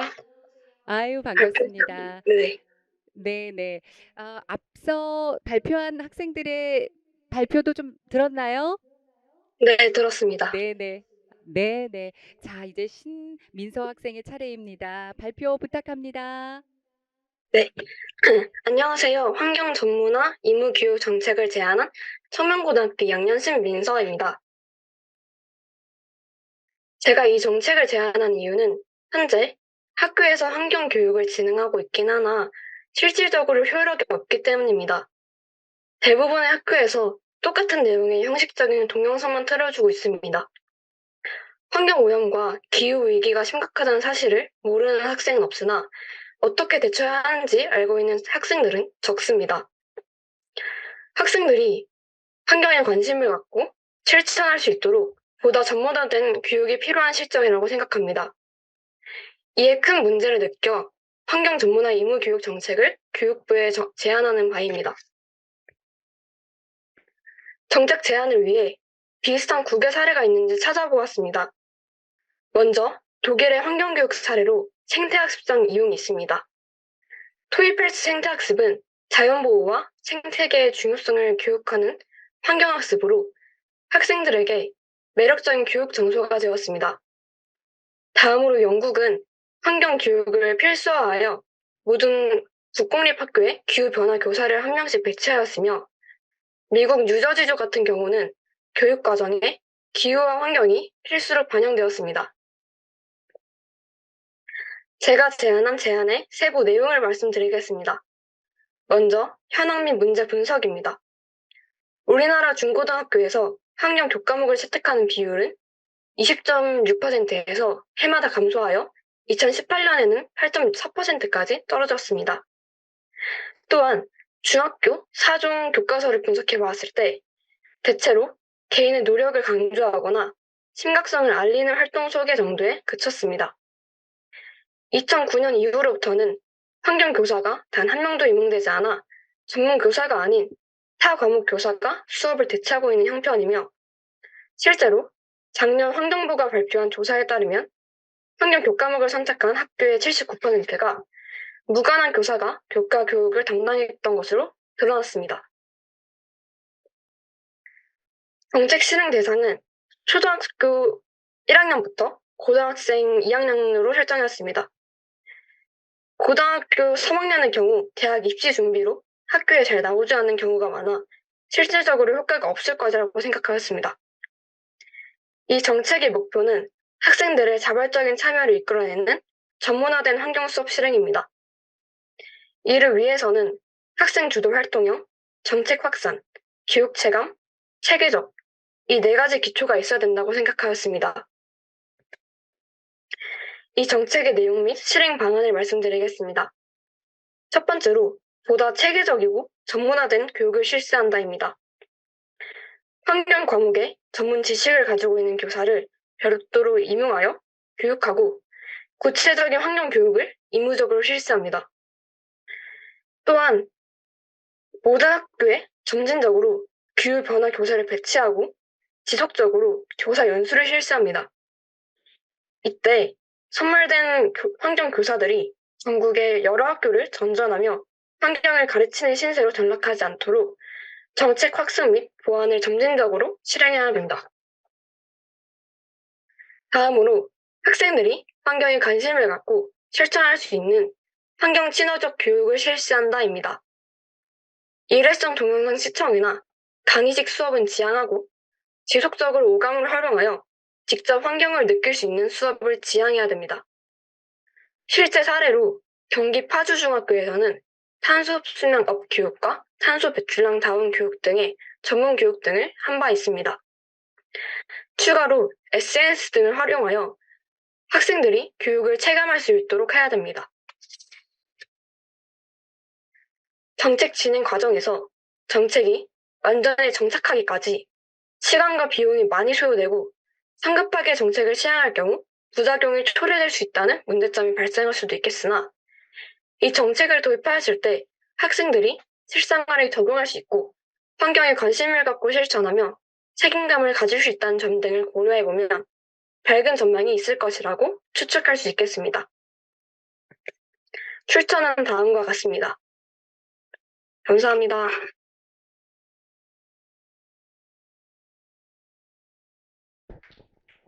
네. 우리 신민서 학생 아주 또박또박 본인의 의견을 잘 이야기해 줬는데요. 고맙습니다. 환경 전문화 의무 교육 정책 제안을 주제로 발표를 해 주셨습니다. 자, 다음으로는 연대감과 보상을 극대화한 학생 참여형 환경 교육을 주제로 발표를 준비했습니다. 청명고등학교 이미주 학생의 발표입니다. 자, 우리 이미주 학생 많이 기다리셨는데요.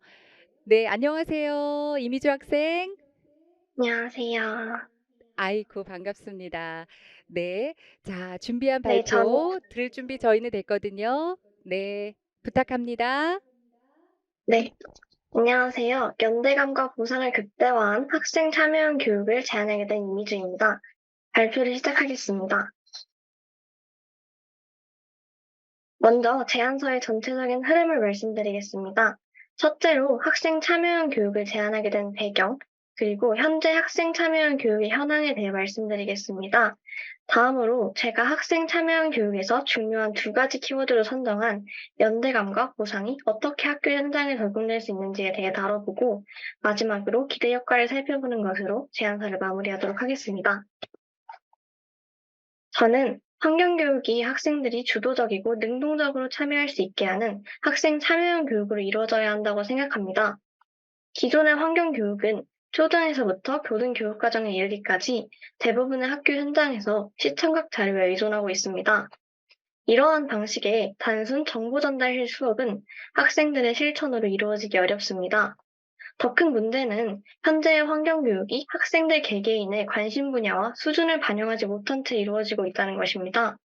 학교에서는 안 쓰는 콘센트 뽑기나 지구온난화를 예방하고 북극곰 살리기 등의 영상을 틀어주고 소감문을 쓰게 하는 수업이 많이 이루어지는데요. 이러한 단순한 수업은 학생들의 저조한 참여로 이어질 뿐입니다. 또한 이러한 실태는 교육을 통해 개인과 사회 전반에 의미 있는 결과를 가져오겠다는 교육의 본질을 저해하고 있습니다. 그렇다면 우리나라의 학생 참여형 교육 현황은 어떨까요? 우리나라에서도 학생 참여형 교육이 활발하게 이루어지고 있는 추세입니다. 기본적인 소양 검사로 각국의 교육 정책에 대한 자료를 제공하는 세계 학력 평가인 PISA에서 제공한 자료에 따르면 불과 10여 년 전인 2009년 협력적 문제 해결력으로 평가되는 우리 학생들의 수업 참여도는 OECD 국가 22개 중 최하위인 21위로 올랐습니다.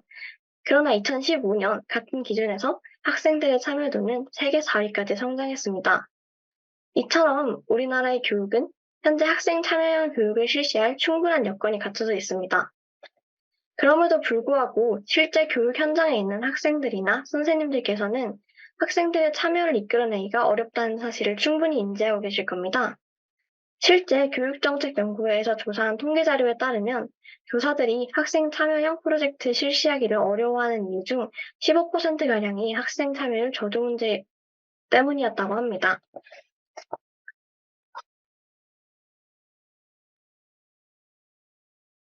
네, 이처럼 환경교육은 학생들이 주도적으로 참여하는 방식으로 이루어져야 하지만 실제 교육 현장에서 학생들의 참여를 이끌어내기란 쉽지 않습니다. 저는 이러한 문제점을 해결하기 위해 학생 참여형 교육에 연대감 강화와 보상이라는 두 가지 키워드를 적용해 보려고 합니다. 본격적인 설명에 앞서 제가 이 두 가지 키워드를 선정한 과정에 대해 짧게 말씀드리고 싶은데요. 저는 고등학생으로서 학교에서 진행되는 여러 가지 학생 참여형 행사에 참여하고 또 주도해 왔습니다. 이 토론회에 참여하는 계기가 되었던 학생주도 기후변화 대응 프로젝트에서부터 자율동아리 활동, 인문사회 탐구 프로젝트 등 많은 학생 참여형 활동을 해보았습니다. 특히 학생자치회에서 환경부 부장으로 2년간 일하며 환경 관련 행사에 대한 학생들의 참여율을 높이는 방법을 오랜 시간 고민해 보았는데요. 이러한 경험과 고찰을 토대로 나온 두 가지 키워드를 지금부터 학교 현장에서의 적용 예시와 함께 말씀드리겠습니다. 학생들을 움직이는 첫 번째 중요한 키워드는 바로 보상입니다. 여기 나와 있는 사례는 실제 저희 학교에서 실시하고 있는 학생 참여형 환경 프로젝트인데요. 급식으로 음료가 나오는 날 개인 텀블러를 지참하면 급식 정량보다 더 많은 음료를 받는 보상이 있는 이 프로젝트는 저희 학교에서 일회성으로 시작해서 어느새 저희 학교의 문화가 되었습니다. 학생들은 아마존의 동물들을 위해 텀블러를 가져오자 라는 뻔한 문구보다 맛있는 점심을 위해 텀블러를 가져오자 라는 보상이 섞인 참여형 프로젝트에 월등히 높은 참여율을 보입니다. 저는 이를 통해 각 학교에서 저마다의 보상이 있는 다양한 학생 참여형 프로젝트를 계획하고 실시할 수 있을 것이라고 기대하는데요. 또 제가 보상을 적용할 수 있는 몇 가지 사례를 들어보았습니다. 잔반 감축량 목표치 달성마다 달성률에 따라 급식으로 특별 후식을 제공하는 프로젝트 역시 저희 학교에서 진행했던 프로젝트입니다. 잔반 10% 감축에 성공하면 아이스크림 제공, 15% 감축에 성공하면 햄버거 제공, 이런 식으로 진행하는 프로젝트인데요. 당시 저희 학교에서는 10% 이상 감축에 성공해 학생들이 모두 만족해하며 아이스크림을 먹었던 기억이 납니다. 또 제가 생각해본 두 번째 예시로는 학교 안화바다가 있는데요. 안 쓰는 물건들을 학교에 기부하면 이에 대한 보상으로 물건 교환권을 지급받고 다른 학생이 기부한 물건을 되가져갈 수 있도록 하는 참여형 프로젝트 또한 보상을 적용한 사례라고 볼 수 있습니다. 제가 생각해본 두 번째 키워드는 바로 연대감입니다. 지난 학기 저희 동아리에서는 모의 경영 활동의 일환으로 친환경 카페를 일주일간 운영해 보았습니다. 이후 이 카페에서 발생한 수익을 전액 기부하고 기부단체로부터 온 감사장을 다음과 같은 땡땡고 모든 학생 여러분의 현명한 소비로 세상이 더 따뜻해질 수 있었습니다. 라는 멘트와 함께 SNS에 게시했는데요. 이 SNS 게시물도 학생들이 폭발적인 반응을 얻었을 뿐더러 이 프로젝트를 진행하면서 저희 동아리원이 아닌 다른 학생들의 자발적인 홍보도 있었고 또 매일 텀블러를 들고 카페에 찾아와 응원의 말씀을 전해주시는 분들도 있었습니다. 이렇게 학생들이 주도하고 함께하며 즐기는 것이 진정한 학생 참여 행사가 아닐까요?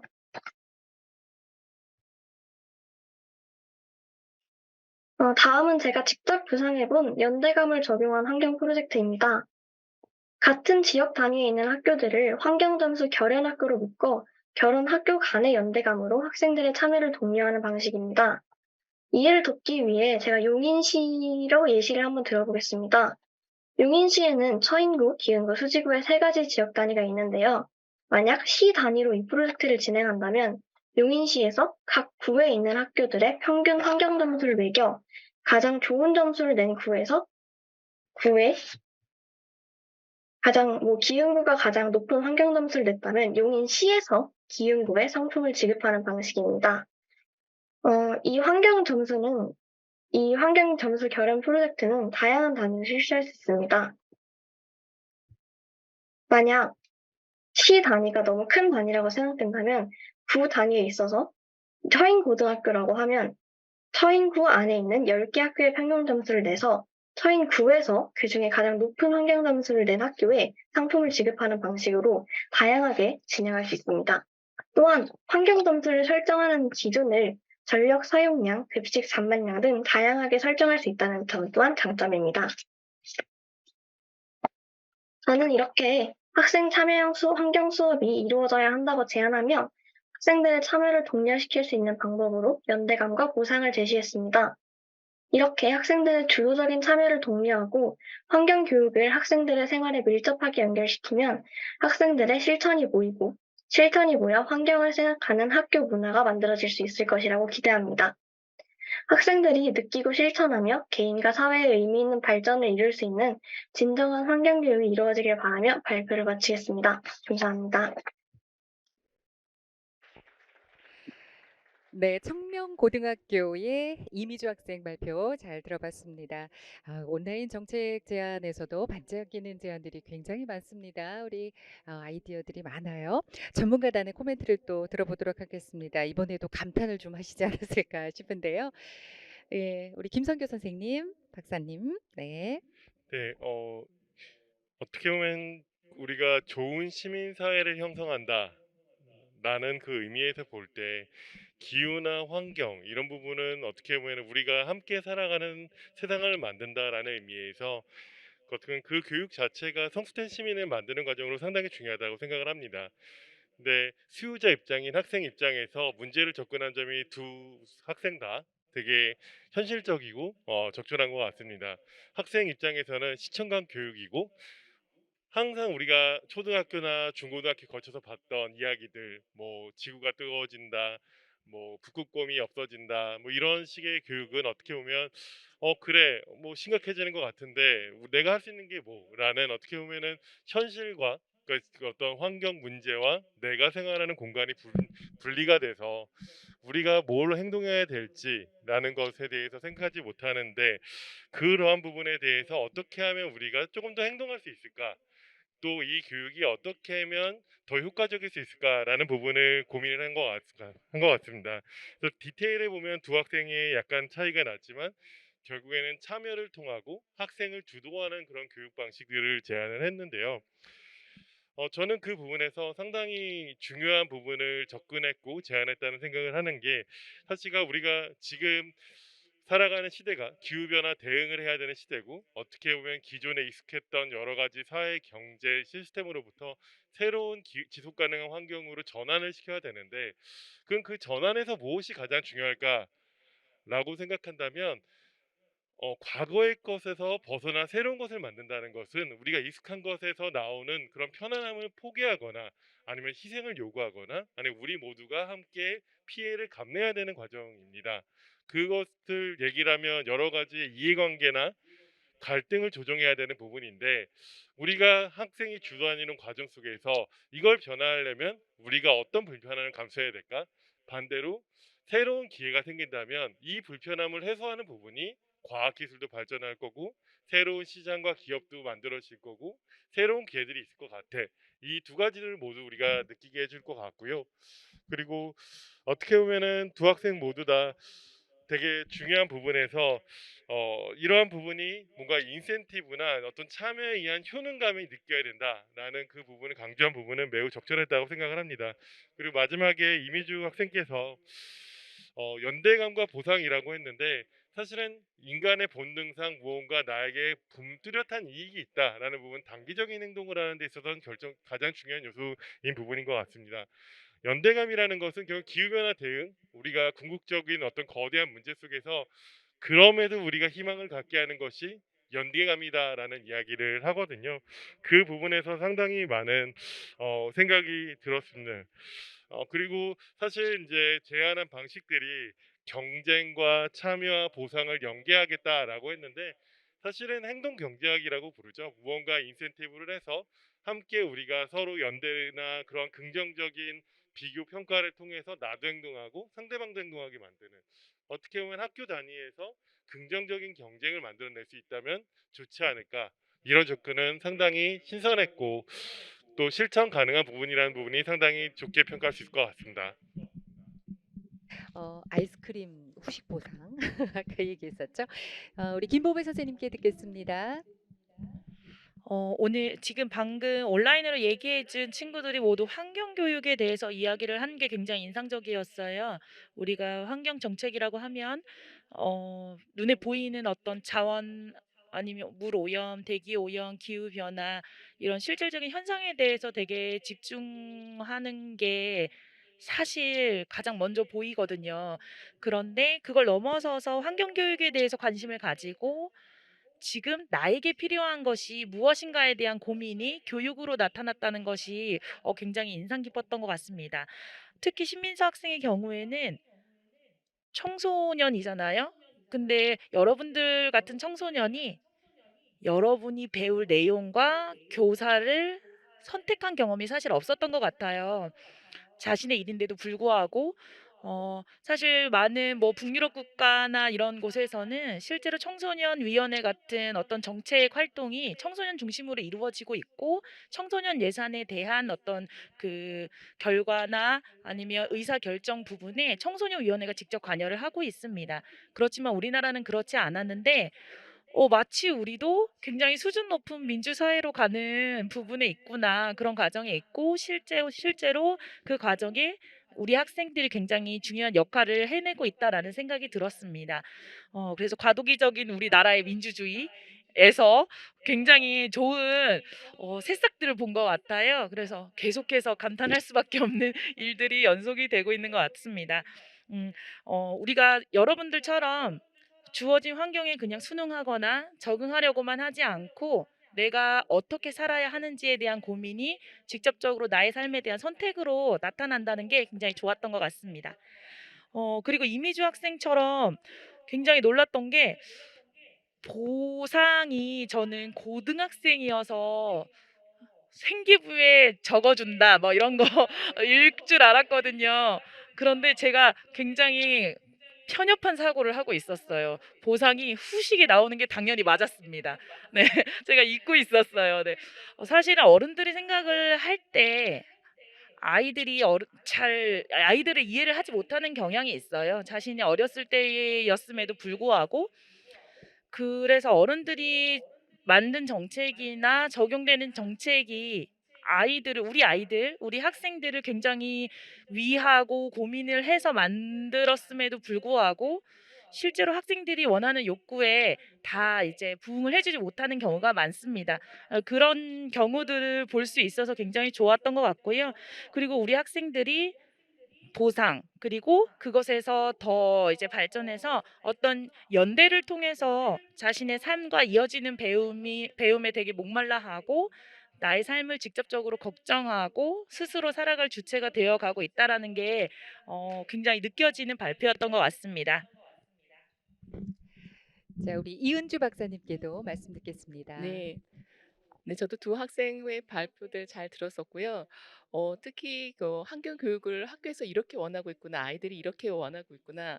왜냐하면 그거 자체는 지금 제대로 환경 교육을 못 받고 있다는 느낌을 받고 있는 게 아닐까라는 문제의식을 저도 공감하게 되었고, 특히 우리 두 학생이 만약 지금 이 현장에서 있었던 얘기들을 들었다면, 아, 우리들이 이렇게 할 수 있는 게 많구나라는 것들 혹시 느끼면서 마찬가지로 희망을 공유하지 않았을까?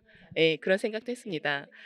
특히 우리 두 번째 이미주 학생이 말씀해 주신 그 연대감과 보상, 이거 굉장히 학생 수준에서 나온 것 치고는, 왜냐면 저희들의 오늘 있었던 발표들을 좀 정리해 주는 거가 사실 출발 자체는 죄책감이나 경각심 이렇게 이런 것들로 시작할 수 있지만, 이거는 어떤 경고는 되지만은 쭉 행동을 이어지게 하는데 한계가 있는 부분이 있잖아요.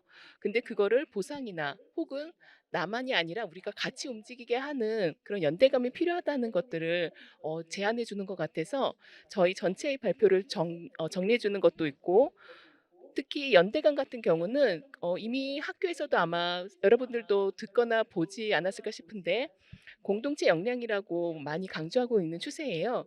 근데 특히 거기서 지금 오늘 같은 경우도 앞에 나와서 발표한 친구들도 있지만, 사실 이 발표를 위해서 이 지금 여기 앉아 있는 친구들이 많이 도와주고, 또 학교에서도 선생님들이 많이 도와줬을 텐데, 아, 이게 나의 발표가 아니라 우리의 발표였다, 우리가 같이 하는 거였다라는 이 연대감이 형성된다면, 그것들을 통해 가지고서는 한 사람으로서 바꿀 수 있는 것들이 더 큰 게, 우리가 협감으로써 바꿀 수 있는 거, 이런 식으로 변화를 좀 더 순환적으로 혹은 좀 더 확장적으로 할 수 있지 않을까.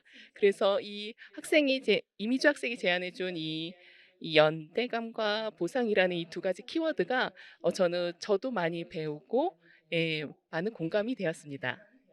네, 감사합니다. 말씀 잘 들었습니다. 이렇게 팀별 정책 발표와 온라인 정책 발표 이제 모두 끝났습니다. 학생들이 환경을 생각하는 마음이에요. 아마 다들 그렇게 느끼셨을 거예요. 심지어 우리 전문가단 여러분께서도 이렇게나 본받아야 될, 그리고 배워야 될 부분들이 많구나라고 함께 공감하고 느끼셨던 것 같습니다. 자, 오늘 뭐 정책별로 다 그 피드백을 해주셨기 때문에 코멘트를 해주셨어요. 그래서 조금 더 혹시라도 보탤 말씀이 있으실지 오늘 총평을 좀 듣도록 하겠습니다. 혹시 세 분 중에는 하실 말씀이 있으실까요? 네, 네. 우리 김성교 박사님, 네, 네. 짤막하게 총평 부탁드리겠습니다. 사실 기성세대의 일원으로 저희가 여러분의 환경 정책을 듣고 말씀을 드리는 게 죄송스러운 마음이 많이 들었습니다. 네, 사실 기성세대나 그 위 세대들은 경제를 성장시키고 우리의 어떻게 하면 사회가 더 발전할 수 있을까를 고민했던 세대 같아요.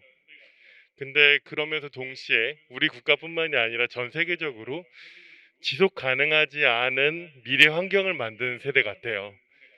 여러분들은 어떻게 보면 기후 위기를 경험하게 될 거고, 그 기후 위기가 점점점 더 심해질 수밖에 없는, 어떻게 보면 혼돈과 어려움의 시대를 살아가야 되는 분들인 것 같아요. 그래서 지금 2050년 탄소 중립 목표를 세웠고, 여러분과 저희가 가장 큰 차이는, 우리는 문제를 만드는 세대고 여러분은 문제를 풀어나가는 세대다. 그리고 2050년까지 여러분은 정말 정말 활동을 하시면서 기후 변화와 여러 가지 환경 변화 문제를 해소하는 일들을 고민하고 실천하실 거라고 생각을 합니다. 그래서 지금 여러분이 제안해 주신 모든 내용들이 너무나 좋았고요. 그런 부분들 함께 공유하고 고민하고 발표하고, 또 이러한 연대감을 형성하는 이 시간이 상당히 귀하고 좋은 시간이었다라고 생각이 듭니다. 모두 수고 많으셨습니다. 네, 감사합니다. 김성규 박사님께서 총평을 해주셨고요. 우리 김보배 선생님께서는 네, 할까요? 네, 저는 할까요? 사실은 오늘 많이 배워서 굉장히 고맙다는 얘기를 하고 싶어서 네. 이제 마이크를 잡았는데, 제가 사실 학교에서 직접 수업을 하는 교사이기 때문에 여러분들의 배움을 책임지는 사람이거든요. 그런데 여러분들의 배움이 오늘 삶이 되는 과정이었던 것 같아요. 그래서 이 과정이 굉장히 즐거운 과정이 되도록 여러분을 돕는 게 아니라 여러분과 함께 하도록 노력하겠다는 말을 좀 해보고 싶었습니다. 네. 연대와 공유의 기쁨을 네, 표현해 주셨고요. 우리 이은주 박사님이십니다. 네, 저도 그냥 감사하다는 말씀 드리겠고요. 오늘 들으면서 여러분들의 반짝반짝이는 아이디어들 저도 참고해서 앞으로 일하는 데 많이 적용하도록 하겠습니다. 감사합니다. 네, 감사합니다.